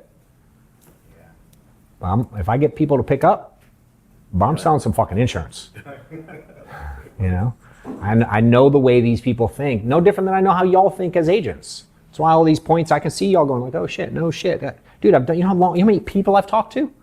I know what y'all are thinking. I know where you're stuck. No different than with the client. I know what they're thinking. I know where they're stuck. I know what their objections are going to be. I know what the issues are. I know the dumb shit they're dealing with. I know the ads they're getting. I know the mail they're getting. I know all the marketing they're getting. I know most new agents suck fucking ass and read their script to them so they sound like robots and they want to get off and they lump me in with them. I'm not confused by the scenario. So all of my approach factors all that in. You know? The amount of times I drop things that most people just don't pick up on just because of what I've learned over the years, you know, start saying to people like, you know, when I'm a simple example, like how do you keep things on the books? You obviously don't want people replacing things and you don't want people saying certain things or, you know, seeing different ads or shit they get in the mail. I bring up the stuff they see on TV and get in the mail right when I'm wrapping up a deal. When I go, all right, let me explain how this program works for you. Permanent, whole life, all the things. I go, hey, you know that stuff you see in the mail and get ads for on TV where it says there's like a certain period of time you got to wait, there's a waiting period, and if you die within that waiting period, it doesn't pay out? 100% of them say yes. I go, this does not work that way. There's no waiting period. You drop next month, Susan gets the money. And I named the dollar amount. Susan will get 22 grand, whatever we picked. You know what I'm saying? You know, those ones where they maybe you can sometimes feel it when people like, they get a little wishy-washy when you're asking them medical questions. I go, yeah, so there are those options. I know you probably saw one on TV where it says there's no medical questions. We have those things as well. But did you know on those plans, those are not the best plans out there? They'd be like, oh, wait, what do you mean? I'm like, no, we have that too. But no questions mean you get a worse price. So do you want a worse price or do you want me to ask you some questions? They're like, no, please ask me questions. You know what I'm saying? I've heard it enough that I know that works. Like you give me 10 people that are weird about questions, 9 of them are sick. And to them, sick is, I'm diabetic and can't get it. Why? Because they're getting advertisements from the fucking fully underwritten shit that you can't get. Diabetes does affect them on that. You know what I mean? So it's like, I understand the person I'm speaking to as well. And that's part of the skill set that when you're going through a script, bro, they ain't paying attention to this shit. They're just reading the words on the paper. I need people to learn and listen and understand what's happening and study the craft. Again, you get, I got this policy from this company and I don't want it. You know how many agents glaze over that shit? So what's cool about Zoom is when You can pick up on it. when we pick up on that shit, we're training on it Yep. all the time. Correct. Like, do you understand when they said no medical questions? Like, hey, do they think they're dying? Correct. I need 100%. I Yep. need you to say, hey, I don't give a fuck if you got HIV, cancer. Yep. You got a heart attack yesterday. I can get you covered. Mhm. That's the beauty of working in Zoom is I can Yeah. pick up on that stuff. Yep. And we're It is. training everybody. Yep. Yep. Yeah. And it's, you know, there's a lot. It's a very simple business, but there's a lot of very small, little intricate things. If you just glaze over versus I don't, I can get someone selling a lot of insurance quick when they just understand the basic concepts of why we're doing what we're doing and what they need to be looking for. And again, you don't have to get someone, you know, exponentially better to make a lot of money. You know, I teach them to get 2 more people a week to not hang up on them. Pays their mortgage, their car payment, and their tuition. You know what I mean? I can move someone's financial situation quick. You know? And so as you're starting to teach this thing, it's like, one, how good are you at this part?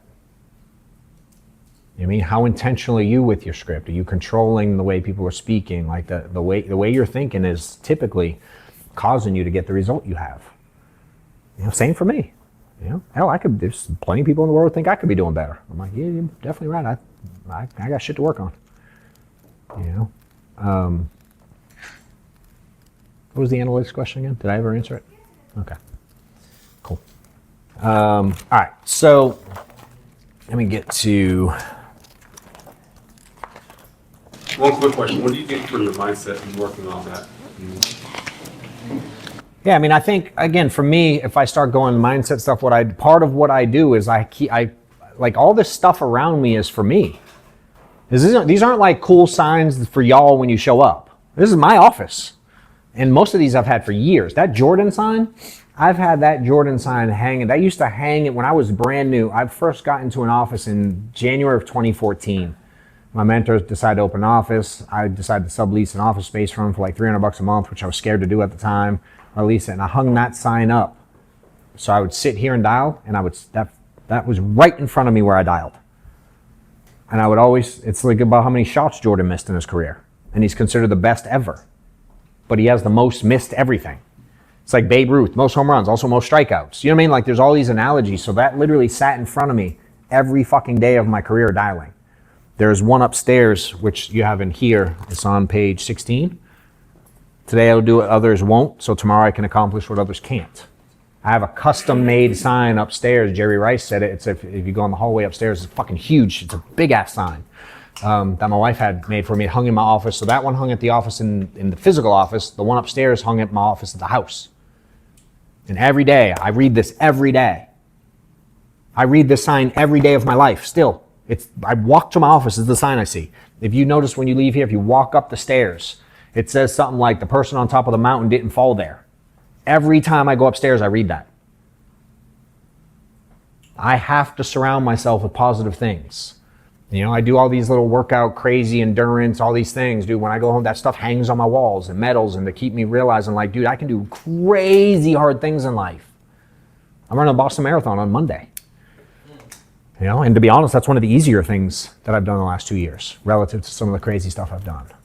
And so for me, I continue to put myself in situations to push myself mentally and physically and do hard things and do what I like being someone who does things most people won't do.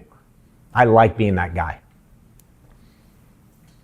I like being the dude who puts on workshops like this when some people on the internet think I'm a fucking asshole for it. I don't care. I'm trying to help people win. Some people don't like that y'all are here because we're different companies. 4 different companies in here. I just don't care. So what? I want to help people win. They don't work there. Okay.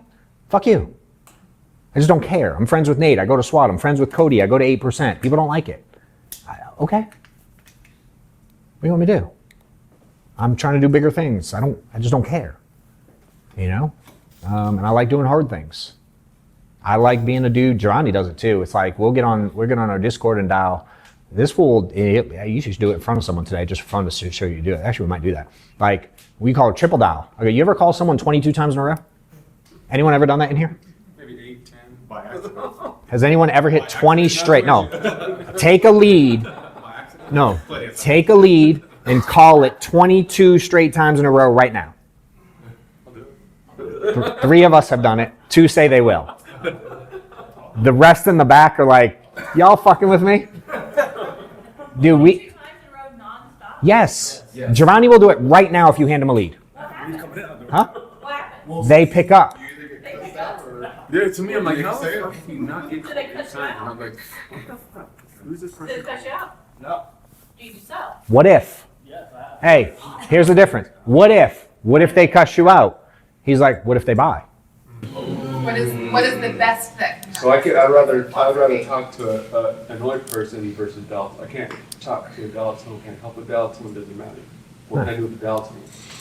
So, you know what I mean? Like, I'll get Dude, he did it twice last. We do it on Discord just to show we'll do it. Dude, more apologize than cuss you out. Fair? And it's not close. If you get 10 that pick up, I bet 7 will apologize through a cuss you out. No. I had a lady I closed last week that we were talking at the end, like, hey, we'll take care of you, blah, blah. If you need anything, you call me back, you let me know. She goes, as many times as you call me this week, I know you'll take care of me and call me back.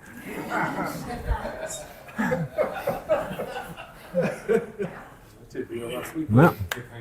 Hey, the video we put out yesterday, I think on my Instagram or something, Reese put out, it was like, she answered, I was like, damn, you're as hard as the damn president to get hold of. Dude, she laughed. She thought it was hysterical. I called that chick like 40 fucking times in the last day and a half. Twice before their policy gets replaced with somebody else, too. They're like dumb. Hell yeah, you will. The other person won't get them on the phone because they'll quit. They're just someone who doesn't pick up. So, all right, so what's the strategy for someone that doesn't pick up? Again, am I going to call every lead 22 times in a row? No, I'm not. But will I do it just to show it can work? Yes. Lead cusses me out. I call them back. Oh, I've done that. No, I always do that. 100% of the time, if a lead cusses me out, hangs up, and I call them immediately back. They hang up on me and I go call them back again. I will call them back till they block me or pick up. I want to address it. They don't know who I am. They don't know why I'm calling. They're confused me with someone else. I want clarity. Yeah. I'm not afraid to call someone that yells at me and hangs up at all because I know they're misinformed. So I just don't have a fear. Do I want to make a living only calling people? No, but I'm saying no offense, how many people really like lose their mind and cuss you out a week? I do this for a living. It ain't that many. A couple times a week, you know? It ain't 40. Do you have a normal like disarming go-to kind of one-liner when? Damn, you pissed off. What happened, bro? You okay? I mean, I'm human. You know what I mean? I just address it. Same as in the house. So when I go in a field and went into a house and someone's off pissed off, I'm like, oh boy, boss pissed you off today, bro? Or was it me? You didn't want me to come, or you think you're gonna get a big PowerPoint presentation? I don't know. I'll fuck with them. I know how to, like, that's then the point of disarm is like, you got to come out of sales mode and go into let me calm this person down mode. You know what I mean? I like the battle of, can I get them to just listen? Because when they pick up, I just want them to listen. I just need them to listen. And when they're cussing, they're not listening. So I need to can I bring you down? Now, does it work every time? No, nothing works every time. Nothing I tell you works every time. But if I do it 10 times, I get 10 people losing their mind. I bet I can get definitely more than 5 to listen. I can definitely get more than 5 to listen. Worst case, they won't pick up, I'll call them again in a couple days. What do you do? You know? But again, you get the lead flow right. That's such a small percentage of the people we're talking to. I'm not overwhelmingly worried about, and I don't really train on it a ton either, because it's like an anomaly. You know what I mean? It's on the far bell curve. It's on the far end. It's like an outlier. You know, so I'm not really a big fan of training on outliers, and most agents want to learn the outlier stuff. I'm like, no fan. How many times did that problem happen this week? Twice. Okay, you know what the real answer is? Who gives a shit? Move on. That's the actual answer. How do you overcome it? I don't give a shit and I move on. No, but what do you say? I don't give a shit and I move on. I don't know. I don't try to beat that one. I don't care. You know? Why? Dude, fucking, you see what I sell? I'm not worried about it. You know? You're worried about this, that, or the other, the cancel, the chargeback, the lead, the disconnected number, all the things agents are worried about. Why are you worried about that? Well, because it cost me $15. No. If you had $8.3 million in your bank account, would you be worried about the $15? No. Okay, so it ain't the $15. That's not actually why you're worried about it. That's your excuse for why you're worried about it right now. Why are you actually worried about it? Now, she already has the answer. No, she already said it. Yes, she's really good. She does this for a living. You can tell. You know? I mean, if you wrote 15 apps this week, would you care about the $50 chargeback? No. Okay, so is the problem the chargeback or you didn't write enough? Okay, so can we solve that? Can we work on solving that instead of working on how do I overcome this one chargeback? I can help you solve that if you really want to, but how productive is it? Before I teach you that, do you mind if I just teach you how to write 10 apps a week instead? Can we do that instead? If you're an insurance agent and you feel like you're stuck, you've hit a wall, you're trying to figure out sales strategies, the scripts to use, how to get like off the ground and get to that top of the leaderboard type status, I have a course that I've put out, super affordable. I'm getting a ton of great feedback from people every day on the strategies they've learned and been able to implement, from goal setting to sales techniques to calendar scheduling, everything you would need to get your business off the ground and get running quickly. jwcourse.com, click the link below and get in there today.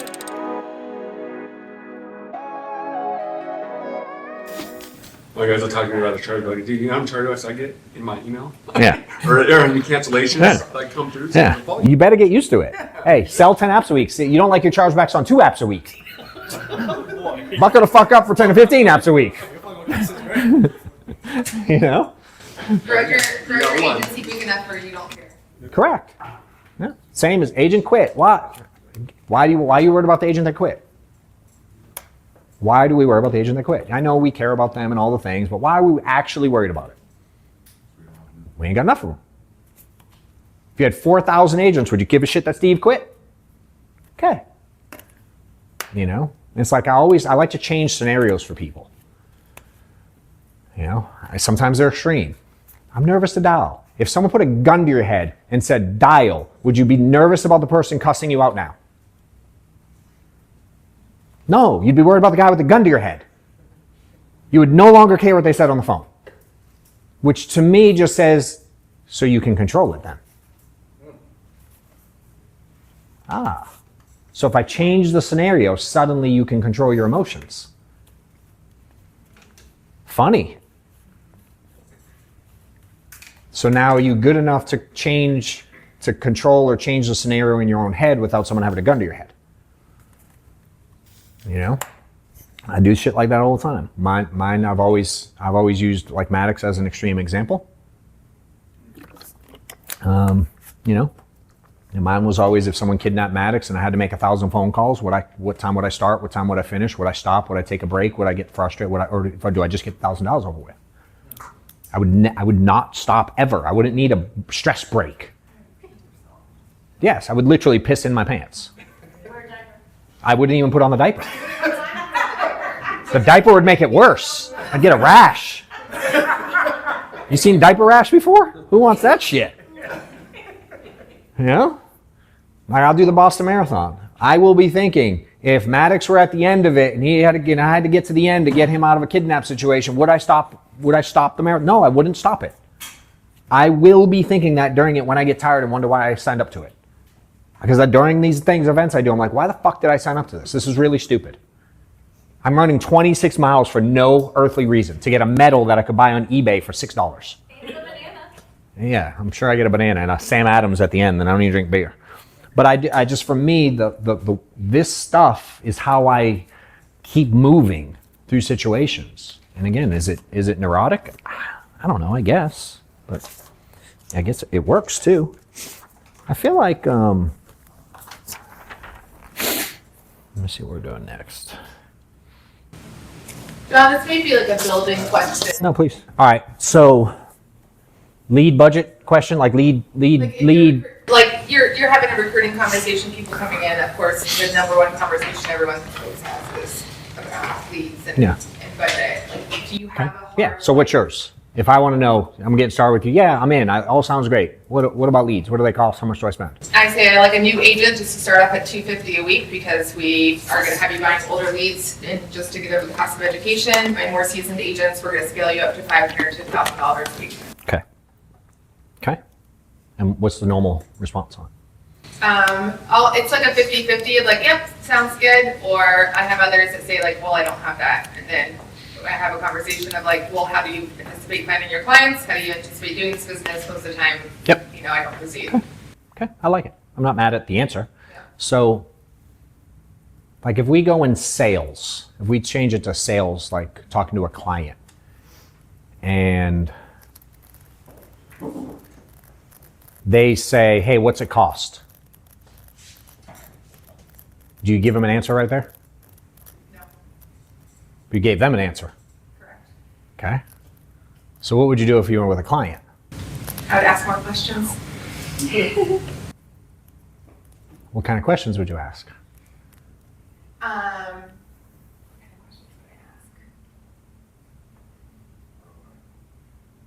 What are your goals? Like, what are your goals here? What do you currently do? How much do you currently make? Okay. What are the goals here in this business? What are you willing to do to go after that? How long are you willing to work here or work at it to get that goal that you have? Lots of things factor into your answer. So when someone asks me that, my immediate response is, there's a lot of different strategies with leads. It's a time or money thing. There's new leads, there's old leads. They cost from anywhere from whatever they want to cut. There's a million different pricing options. There's a zillion. To be honest, leads are the easy part of the game. What I've learned in the last decade is typically agents spend about 25% of what they want to make. So let me ask you a question, Kelly. How much money do you want to make? I want to make 10 grand a month. 10 grand a month. So if we go 5 grand, so a couple grand a month is probably gonna get you there. Do you see where it would make sense to spend two grand, 2,500 a month to make 10 grand? Right? Now, what do you think it would take to make 20 grand? And would you be mad at making 20, or do you cap at 10? You only want to make 10 grand in life? Or would you one day like to make more? Okay. So this is like any other business. The more, I don't know, Pepsi puts into product and advertising, probably the more cans of Pepsi they sell. So in our world, leads is advertising. So the more advertising you do, the more opportunity you get, the more money you'll make. Right? So if we limp in, some people can only start with $200. Some people got 2 grand right away to start. If you limp in with $200, do you think you're going to make more money than the person who starts with 2 grand? No. So my question to you is, do you want a slow start or do you want a fast start? Fast, I want to start making money. Do you have the ability to invest money, or you like where are you at financially? I'm tight. I got. Like tight, you can't pay your electric bill on Friday if you don't make a sale, or do you have like a few bucks, a couple months worth of money in the savings? I probably have like $200 extra right now. Okay. Okay. You work full time? You don't have a job, so you have no money and no job. No. Can I ask you a question and not be offended? Sure. How did you expect this to work? I expected you just to give me leads. Got it. Yeah. Interesting. There's companies out there that just give leads. Yeah. How come you don't work at one of those? I saw your ad and this looked. You saw my ad that says spend 2 grand a week to make 10?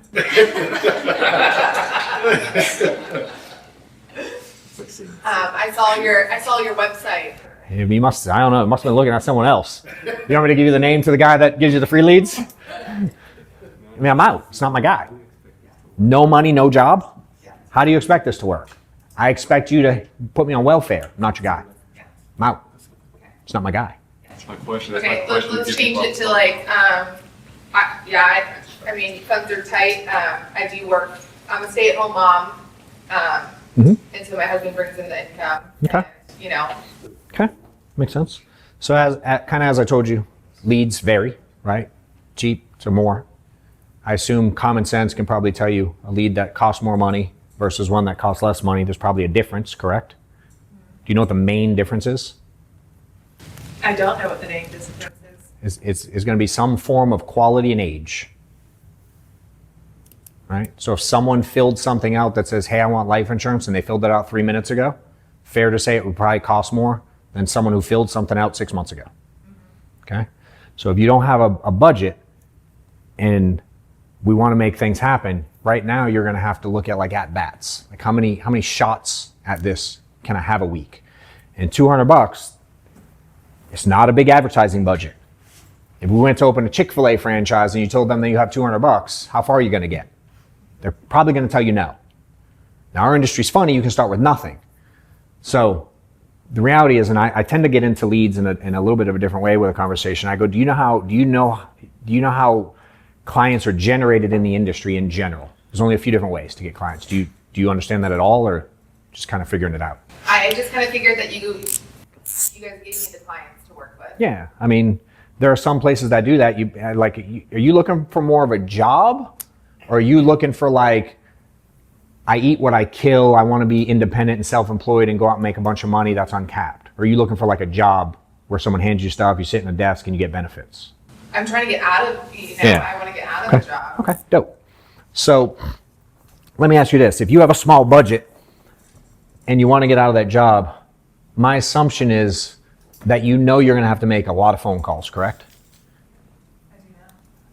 Have you ever made calls have you ever called leads? I've never called anybody. Okay, never worked leads. No, What I'm a nurse. made you want to get into insurance calling leads?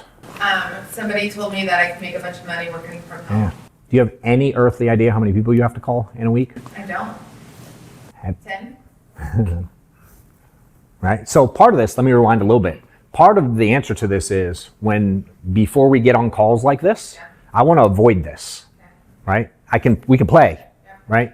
But in the ideal situation, this is no different than a lead. Just tell me the price. Well, do you mind if I ask you some questions? So no, I don't want any questions. I just want to know the price. What are you doing with that lead? Won't answer any questions, just wants the price. Same concept, right? Now, how do we try to prevent it? We show them an ad that clearly says it's life insurance, versus one that says free coins to fill this thing out, right? So there's clarity coming in. So for me, one of the best things that we've ever done is prior to someone getting on the phone with me, they're going to see a short overview video that explains who I am, what I'm looking for, and more specifically, who I'm not looking for. So then when I have the first initial phone call, hey, good chatting with you, saw you applied. Hey, did you get a quick few minutes to watch that video I sent you? And I'm going to run through. Yep, tell me what caught your attention about the video specifically that made you feel like you'd be a good fit here. I liked that I could work from home. You didn't watch my video. No, I'm kidding. No, I'm playing. No. Yeah, right. And again, if you saw my video, so mine is who I'm looking for. You know what I mean? And I like to define in our space, there's only a few different ways to get clients.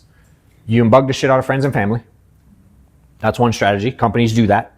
They're on the stock market. They're publicly traded. There's lots of them. They make billions of dollars.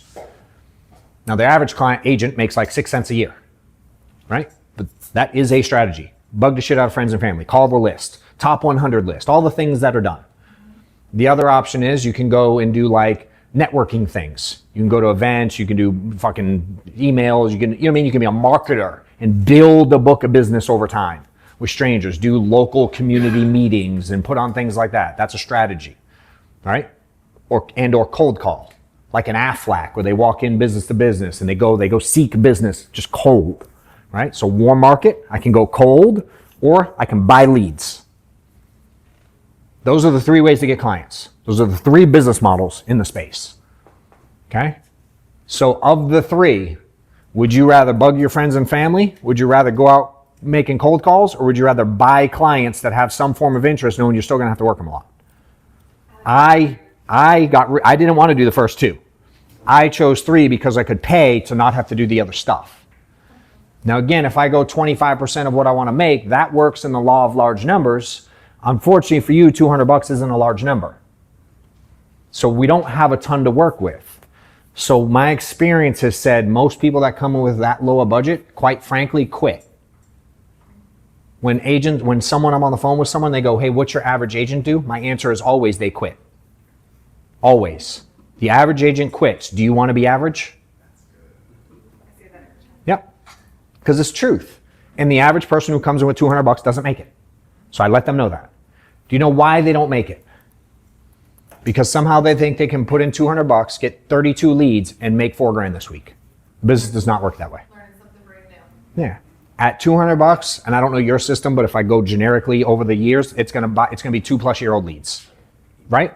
So I go, you're gonna be called, the only way to get out of it. Now there's a path out, and I was broke when I started this, and I was part-time. So I can respect your situation and understand and really wanna help you out of it. But the one thing that I'm looking for, if you're trying to get out of this thing with your situation, is you're gonna have to work your face off. So what's your availability schedule-wise around everything else you got in life? How are you gonna add this to your current life? Let's talk through that first, because I don't know if you have the schedule to even make it happen before we get into costs of leads. And let's talk about your schedule, and I'll start getting into that. What do you do? What do you work? What are your hours? Kids, soccer games, all the things. Like, when can you sell? I mean, I could do every other Saturday. Honestly, dude, you should probably just not do this. It's not gonna work. You know, versus the guy that's like, I will not sleep for a week. I'll sleep in my car before the event. You know what I mean? Like that guy, I'm like, all right, let's talk. If he's willing to go out of his way and do crazy things and get out of a situation, I'm in. If it's, I thought I could be in my PJs at home and work 3 hours a week, I'm gonna save you the headache. You should just not start. You know? So again, I'm trying to weed out the stuff we all get stuck with at the end by giving people a shot because they say a couple nice things. I'm gonna put pressure on them now. You know? Hey, have you ever made 500 phone calls in a day? One of my favorite questions is, let me ask you a question. If you put $200 a week into leads this week and you made no sales, how's that gonna make you feel next week? Are you gonna spend another $200? $1,000 a week. Hey, if you put $1,000 in your first week and you make no sales week 1, how's that gonna make you feel week 2? Gonna make me want to quit. Then you probably shouldn't do this business. Most of them go, can that happen? I go, no, that will happen. Can you handle that? I'm looking for an answer like, I got to figure out what I'm doing wrong. I got to get coached. I got to get, you know what I mean? I'm looking for something where they understand that we got to put time into this. No different than if you said you want to go to medical school and become a doctor, and week 1 the test was hard, would you drop out of medical school? It's study more. Imagine that. If you didn't know how to do heart surgery in the first semester of medical school, are you frustrated that medical school doesn't work? You mean stories and analogies will answer all the questions. You just got to change the situation and you got to be quick with it. I've just gotten really good at the situation to go like, hey, let me ask you a question, or let me put us in a different situation. How would you look at it there? You know, I'm going to take control of the whole conversation. You know, I've just learned little word tracks to stay that get people to go like, oh shit, 25% of what I want to make. Oh, that makes sense. I know how much you want to make. Now sky's the limit. 25% of what you want to make. I put $200 to make $800, but they're all post-dated till next month. You know what I mean? You write 1 app a week, 2 apps a week. What if they cancel? I was trained in the business, you're going to have 3 chargebacks every week. If you only write 3 apps a week, those will be your 3 chargebacks. So you better write 10. I still train to that way to this day. If you write less than 10 apps a week, I'm like, don't bitch to me about money. So 10 apps a week is where it's at. If you don't write 10 apps a week, it's gonna be inconsistent. You're gonna hate the business forever. If you don't write 10 apps a week, you will hate this business forever. We just showed the anomaly, the young kid living in his mom's basement that doesn't need the money, the stay-at-home mom, that's a couple extra kids, you know what I mean? But like, someone trying to make a real living doing this. If you don't write 10 apps a week, this business is gonna be inconsistent and suck forever. You might have a few things. You know what I mean? You can go on some trips, you can do some cool things. You start writing 40 apps a month, your whole world changes. Different world, especially if you do it for a year or 2 straight. Your whole world will change. You write 4, 5, 6, 7 a week, you're good at it, you get high premium, you make some good money, but you have a tough week, you feel it. You know what I mean? 10 apps a week, there's a different game. It's just a different game.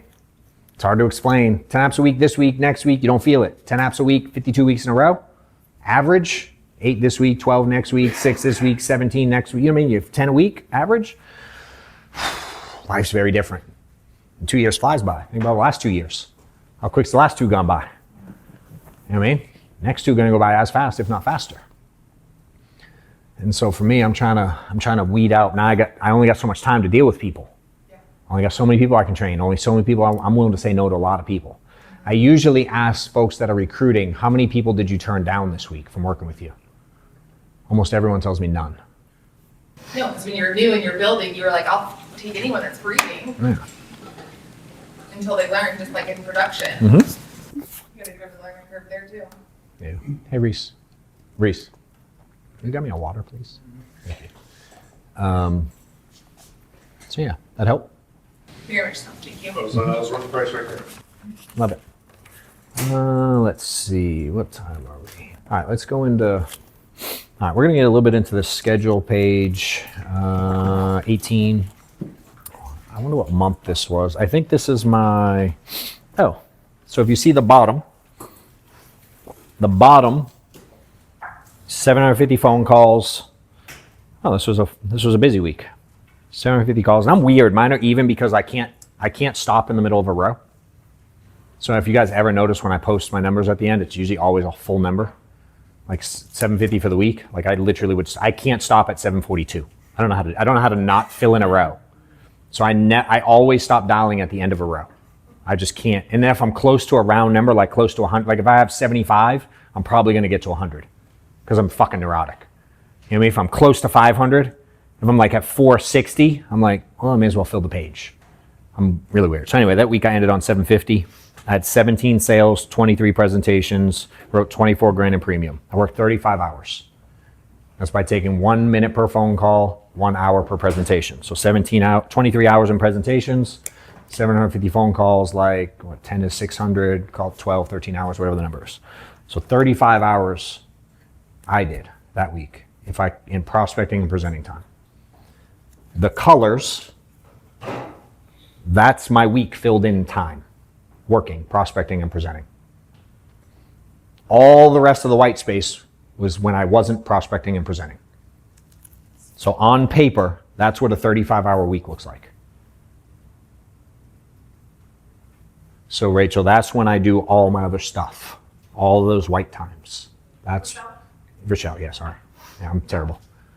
Yep. Does that make sense? That's, now I have to sleep there too. Like, you know what I mean? Like some of this is 12 a.m. is where it starts. But that's a 35-hour week on the phones. There's almost none of the page. So when I look at stuff like this, I go, damn, I could do more. And you can see I don't typically start till like 10 o'clock in the morning. And then you can see the 7 a.m. time frame. Then 12's in the middle. I'm usually 10-ish. I start making phone calls because I tend to go to the gym first. I usually leave my house around 7-ish, maybe 7:30. I'm usually at the gym by 7:30, 7:45 most days if I'm not traveling. Work out for an hour-ish. So go home. Usually have a smoothie before on the way to the gym. Shower, go home, shower, come in the office. Sometimes I get here 9:30, 10. Chat with my staff for a couple minutes.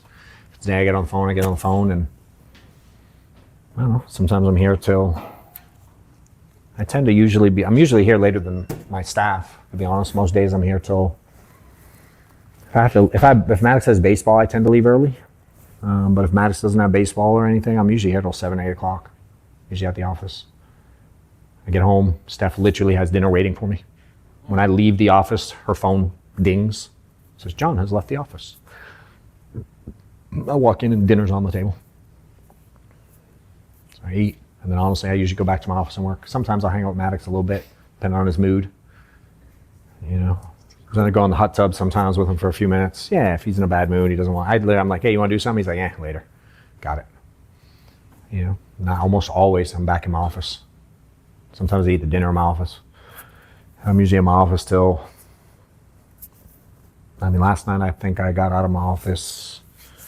My last phone call last night, I finished my last phone call 10:38 last night was when I finished working, like talking to people. And then I played on the computer. What time were we texting that you told me to go to sleep and I was still on the phone?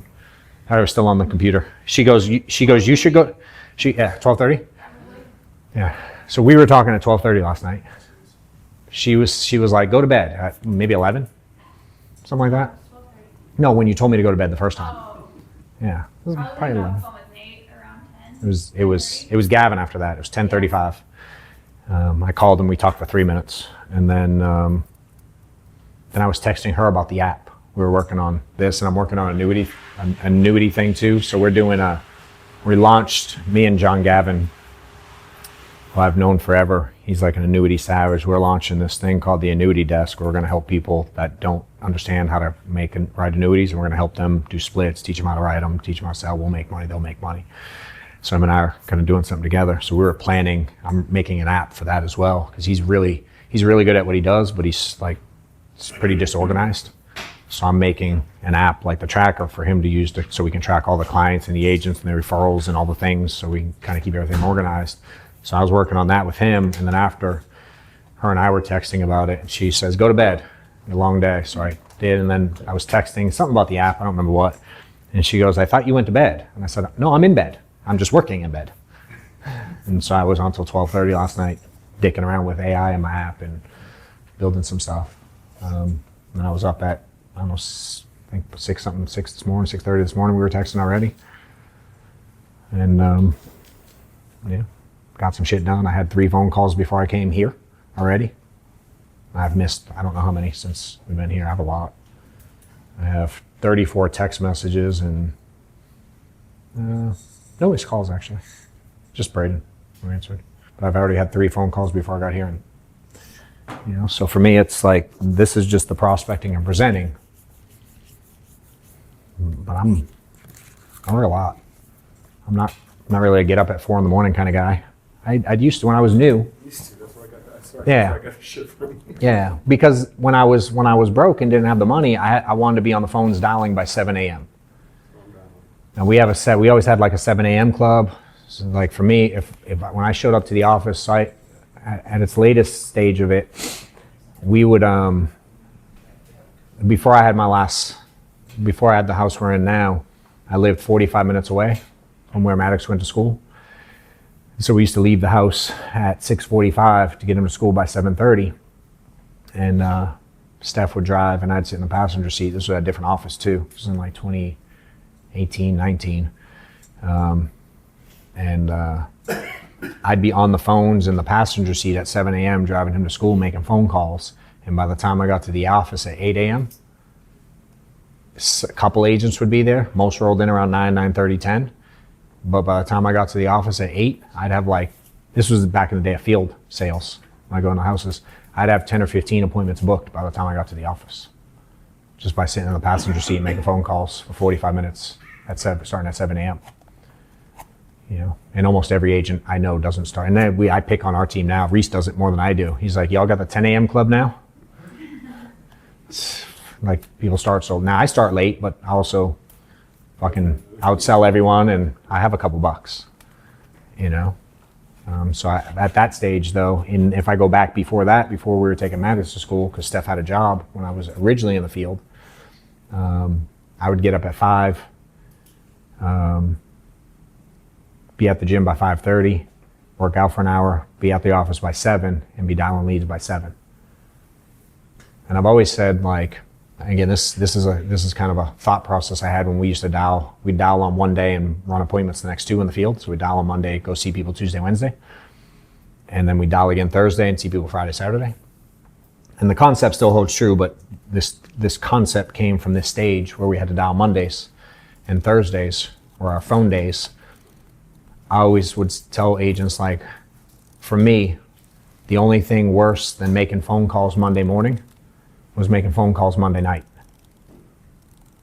And so I would start at 7 a.m. so I didn't have to be on the phone till 7, 8, 9 o'clock at night.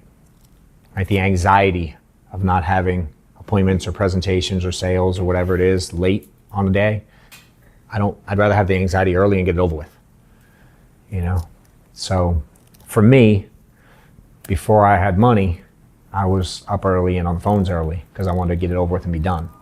What up, insurance agents? If you're looking for a roadmap on how to win in this industry, check out the book I wrote about a year ago, Do More Now, Get Better Later. Check out the reviews.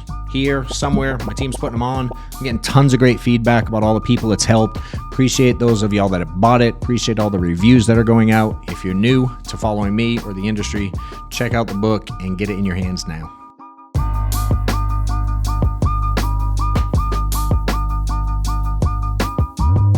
I'm a like, let me just do it now kind of guy. You know, Steph last night asked me, she goes, can you get the, and y'all see when you come to the house tonight, we have like a pretty big back deck. And with pollen, we have a screened in. So now my whole deck gets full of pollen. And she goes, and she leads off, because I will do something right now, so I don't have to think about it. And she starts the sentence with, not right now, but can you get me the blower so I can blow off the thing? And I was like, no, I'll do it later. But she had to start with not right now, because if she says, hey, later on, can you get me the blower? I would have just been like, can I just do it now and get it over with? You know, so same with dowels, same with any activity. I'm like, I just want to do it now. I just want to get it over with. I get to be a little bit bougie in life now. And for me, honestly, like, the gym's important. And if I come here, I'll just work so much I won't go to the gym. I won't work I just won't go. You know, and I know my schedule so well, and I know my numbers so well. I know exactly what I have to do to hit whatever number I want to hit, that I can now without the anxiety of shit, I'm not on the phones. Because I know when y'all aren't on the phones, you're stressed about why you're not on the phones. And you know you should be on the phones, and you have this weird feeling in your gut like, oh shit, I'm not doing what I need to do. I don't have that when I'm at the gym anymore, because I'm so certain I'm going to hit my number. That doesn't bother me anymore. But most of y'all still have that anxiety when you're not doing the thing that you know you should be doing. You feel weird about it, I assume. And if you don't, it's kind of weird to me. But I think most of us know. So I think, you know, for you, sitting down and creating a schedule is going to be really important. And there's a blank one on the next stage. You can do it on your own time. You can fill in yours this week, color it in when you're making phone. Do whatever you want. Like, again, take my example, take the concept, do it on this paper, do it on a different piece of paper, do it on your Google Calendar. It doesn't matter. The concept is, how well do you know your schedule, and do you know yours looks like shit when you say you're busy as all get out? Because this is almost a full-time week. It's 35 hours of work, and the whole page is white. Now I could color it in with sleep time and things like that if I really wanted to, but like, again, for me, it serves its purpose. So between stuff like this and the tracker, you know, I keep myself not confused about how many hours there are to accomplish goals. And just the reality is, y'all are spending your time doing something, you know, and we can very easily convince ourselves that we're being productive, you know. And I would just challenge you guys to be really honest with yourselves about it. And when you start thinking about what it is you want to accomplish in life, prioritize the things you're actually doing versus what you should be doing. Have you ever seen, any of y'all ever done that goal? I know some of y'all have that goals exercise I have. If y'all want to write this down, we didn't print it out this time, but if you go to johnwetmore.com/resources, this is an exercise I give every client I've ever worked, every agent I've ever worked with, and I do a lot of like coaching and consulting and stuff, and anyone that comes into my consulting, this is the first exercise I give all of them. It's johnwetmore.com/resources, and it's, just write it down on your notes page or whatever, and there's 2 videos attached, and it's literally 2 worksheets that are an exercise on how I personally built out and structure my goals and my schedule. And there's actually a page, I think that goals thing might be in there. The schedule's not. Yeah, I was looking for it. Like, I swear it's not in there. Oh yeah, this one, the goals part isn't here. The schedule's not. So the goals page, it's kind of like, it looks a little, if we go that way. So I like goals, and again, watch the video. I'm not going to explain the whole thing now, but goals are what they are. I want to make X amount. I want to do X amount. I want to live this way. Go on vacation, buy the car, buy the house, do the thing. Whatever it is your goals are, they are. And then for me, what I like to do is add the things in my life that I have to do to accomplish those goals. Show up at 7, make 4 zillion phone calls, buy X amount of leads, do whatever it is. But more importantly, remove things because your schedule is what it is today. Y'all are somewhere. Y'all are filling this up with something. So if we go, what are my goals? What do I have to add to my life to hit my goals? Yours is full with something. If you don't remove something, you got nothing to fill in. And it could be removed laying down doing nothing. Right? And the quote I heard this week, it was really cool. It's the same concept, but it said, stopping your worst habit will change your life so much faster than starting your best habit. Stopping your worst habit will change your life so much faster than starting your best habit. And so many people, when they do this exercise, they tell me all the things they're going to do. It's like, I want to get in shape this year. I'm going to start going to the gym. I'm going to start working out 3 days a week. I'm going to go to Pilates. I'm going to start eating, prepping my meals. I'm going to start doing all the things. But they forget to remove, like, getting hungover and sleeping in on Saturday and going, I don't know, dicking around and watching football all day Saturday instead of going to Kroger and buying the groceries so I can meal prep on Sunday. Like, they don't remove things from their life in order to add the shit they say they're going to add, which is why almost no one in here is on the workout plan that you said you were going to be on in January. We've all done it. I bet every one of y'all this is the year. But you forgot to take the dumb shit out of your life. And as much as I might be looked at as like really good at whatever, or this, that, or the other thing, like, we all have bad habits and vices and dumb shit we do that we know we shouldn't do. We all have them. And so, for me, I've learned, like, the most important piece of this exercise is that third column. Like, what am I going to remove? And in my life, the way I've always done it is I look at this column more than the goals column. And if I put a goal over here, whatever it might be, make $1 million, put Maddox in private school, whatever it is, when I find myself doing the bad habit I told myself I'd remove, that's telling myself I don't really want this. So for me, I don't watch TV, like, at all. I don't have a TV in my bedroom. We built a new house. I would not allow that. My wife got to build the whole house, design the entire house. I had two things. I want a little wing. I get my garage, my office, my gym. That I get to pick. And I want no TV in my bedroom. You do anything else you want in the house. We don't have an outlet to plug in a TV. The builder was like, do you want me to put an outlet in case you change your mind? I'm like, no, I will not change my mind. I told my wife, we're not getting the house if there's a TV in the bedroom, we're not moving. I'm not going to build the house. There was the one thing I fucking held on. I just don't want it. I hate television. And she loves television. We couldn't be more opposite. She watches more junk reality TV than any human should. But it's her thing. And I don't give a shit, because when I get home, dinner's ready. I just let her do her thing, but I hate it. I can't hate it more. I like sports, kinda, but I don't like sports as much as I like money. I have a pretty addictive personality too.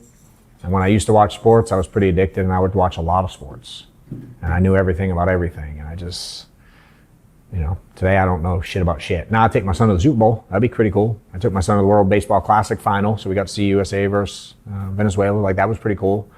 I take my son to sporting events, one-off stuff, but we don't really, I don't know what's happening. I don't know who's drafted. I don't know anything about any of it, because 15 years ago, I was so addicted to it. I'd be in like 14 fantasy football leagues, and I'd watch Thursday night football, and of course you watch it on Saturday, and then you watch, Sunday, and then you watch Monday night, and then you watch all Sports Center, watch the highlights, and I would keep watching it. And I used to watch the Big Brothers and Survivors shows of the world, and what's that one where they run around the world and chase things? Amazing Race. We used to watch that. I would watch all that stuff. Real World Road Rules Challenge. I used to watch the shit out of that show. I used to watch a lot of that stuff. And I remember one point in my career, when some of my mentors were starting to teach me this business. They would be out working on like a Saturday, and I'd be sitting on the couch watching football, and they're posting sales all day long.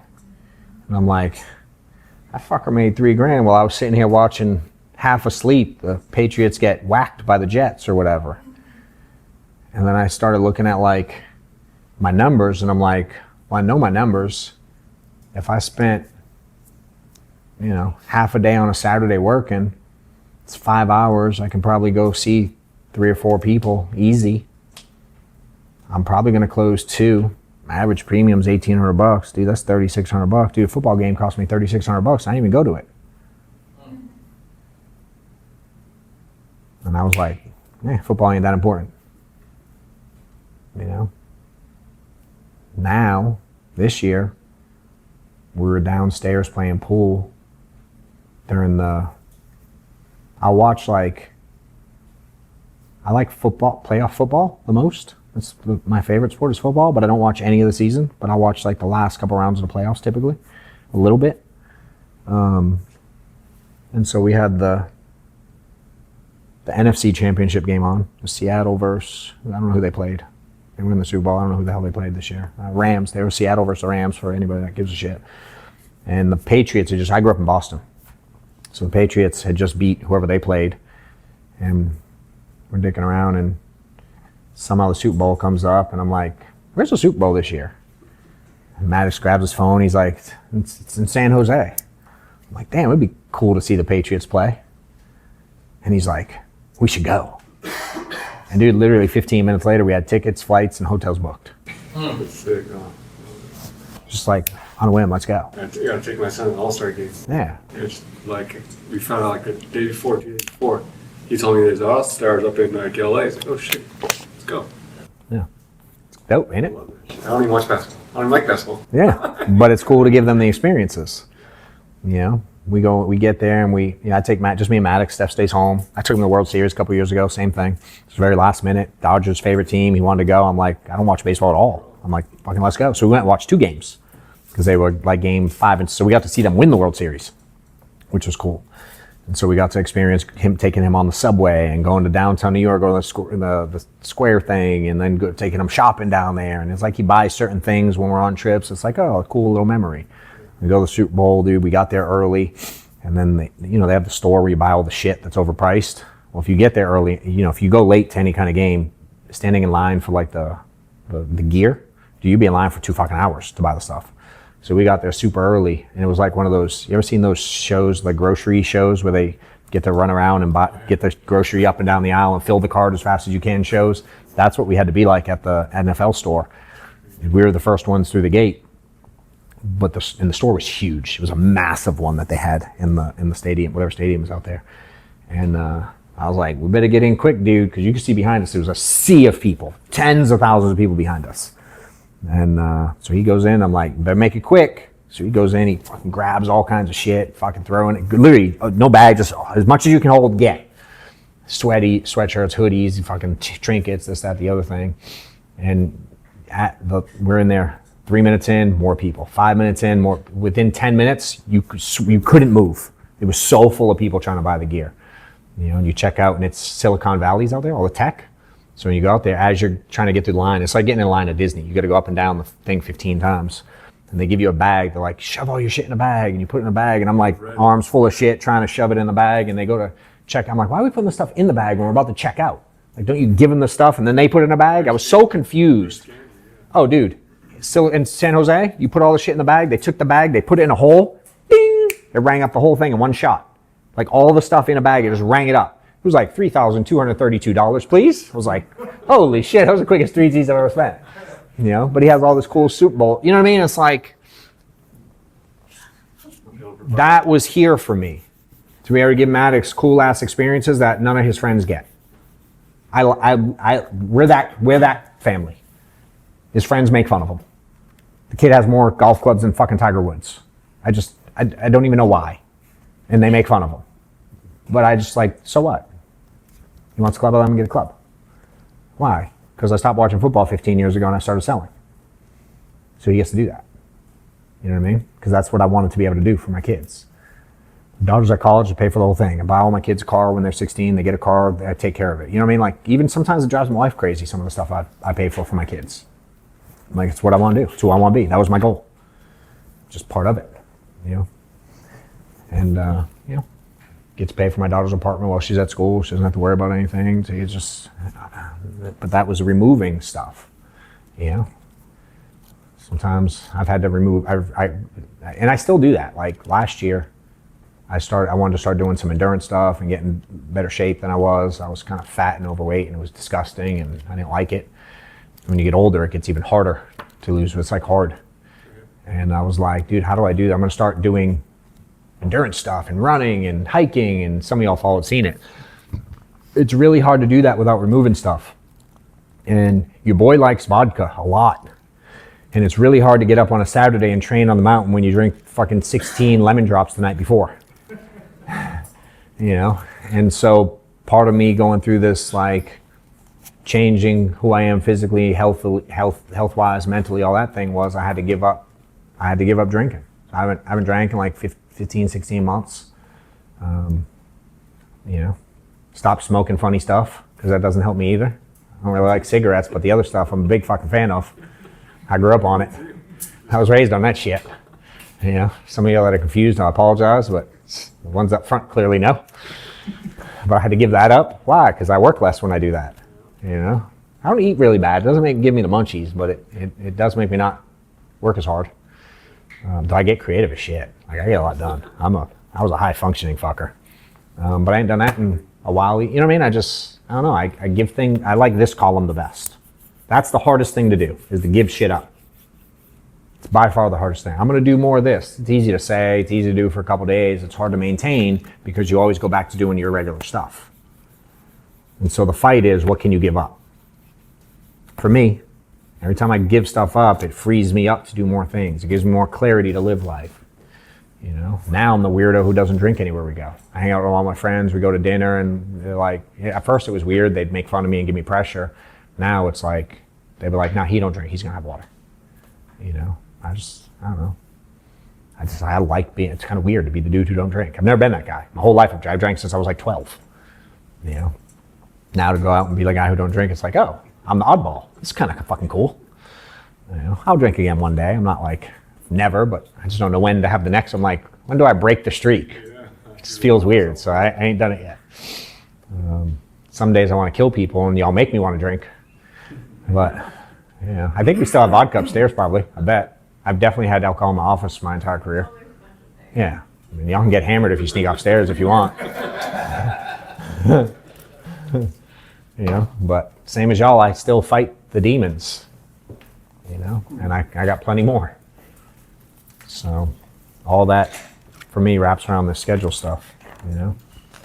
So spend some time. Again, if you do the resources thing, you can watch a little bit more about the video on how I did it, but I would take this part obnoxiously serious and really focus on how bad you want your goals. And if you can trigger yourself into, every time I do one of these things that I say I supposedly am going to give up, just know you're on purpose not achieving your goals. You know, I'm a very big goal chaser. So like, I just don't write them down on a piece of paper and hope like shit I hit them. Like the goals, the generic ones, fine, they are what they are. I want to be rich. I want to buy a new house. I want to buy, fine. If you want to buy a dream house, okay. Now what's the fucking thing cost? $1 million, $2 million, $3 million. I don't know. Mine was expensive as shit. But then it's like, all right, what do I have to do to achieve it? Literally, what do you have to do tomorrow to achieve your dream, to buy your dream house in 5 years? And every day as I do things, I'm chasing the goals I have, like on purpose. Today, I'm doing this as part of a bigger goal for me. This is in between a lot of shit going on in life. I could have very easily not done this, and it would have been, it is what it is, but it's part of something big I'm trying to build, you know? So I'm like, all right, let me put this in my schedule. It interferes with my staff's schedule. It interferes with my schedule. It interferes with my wife's schedule. It interferes with my kids' schedule. This thing interferes with everything, but it's part of a bigger vision for me. I'm like, all right, let's put it in. Let's make it happen. You know, and every day I'm actively chasing something specific down the road. And so a Tuesday analytics, like, do I look at it? I mean, I glance, but I'm not looking like, how much money did we make today to the dollar? You know what I mean? Like, are we profitable on this thing? I don't get that. I don't know. I don't care. It has nothing to do with nothing. Big picture. Now, when I run 100 of these, I'll be like, hey, how have they done? It's not like we don't know. It's not like we don't look. I'm not trying to lose a bunch of money running events. But I promise it don't make me a ton. Like, if I look at what we spend versus what we make, but 10 years from now, this fucking meeting is going to make me millions of dollars because it's part of building the brand that I'm working on building. You know what I mean? You start teaching people how to make a bunch of money in this space, and a bunch of little birdies say, hey, watch this guy, John Wetmore. All of y'all found me from shit. I don't know anyone in here before you found some of my shit. That's part of my goal, is building this thing so big, helping so many people make money that people just keep referring people to me. Where is it going to lead? I don't know. I actually have no earthly idea. But it's been dope so far, and it's created a lot of really cool relationships, and it's helped me make a lot of money, and it's helped me, even more importantly, help other people make a lot of money, which then somehow always keeps blessing me. You know? So it's like, all right, it's inconvenient as shit. It's like we have 7,000 things going on, but this is part of the deal. You know, I'm sure they're already working on the damn next one somehow, somewhere, I would guess. Let's do like 30 minutes questions, and then let y'all break for lunch. If you got anything, you can be super interactive. Anything up here? Y'all want to pick something specific that we talked? I know some of it I've already touched on. Why do you like the goat leads? Why do you like to work those?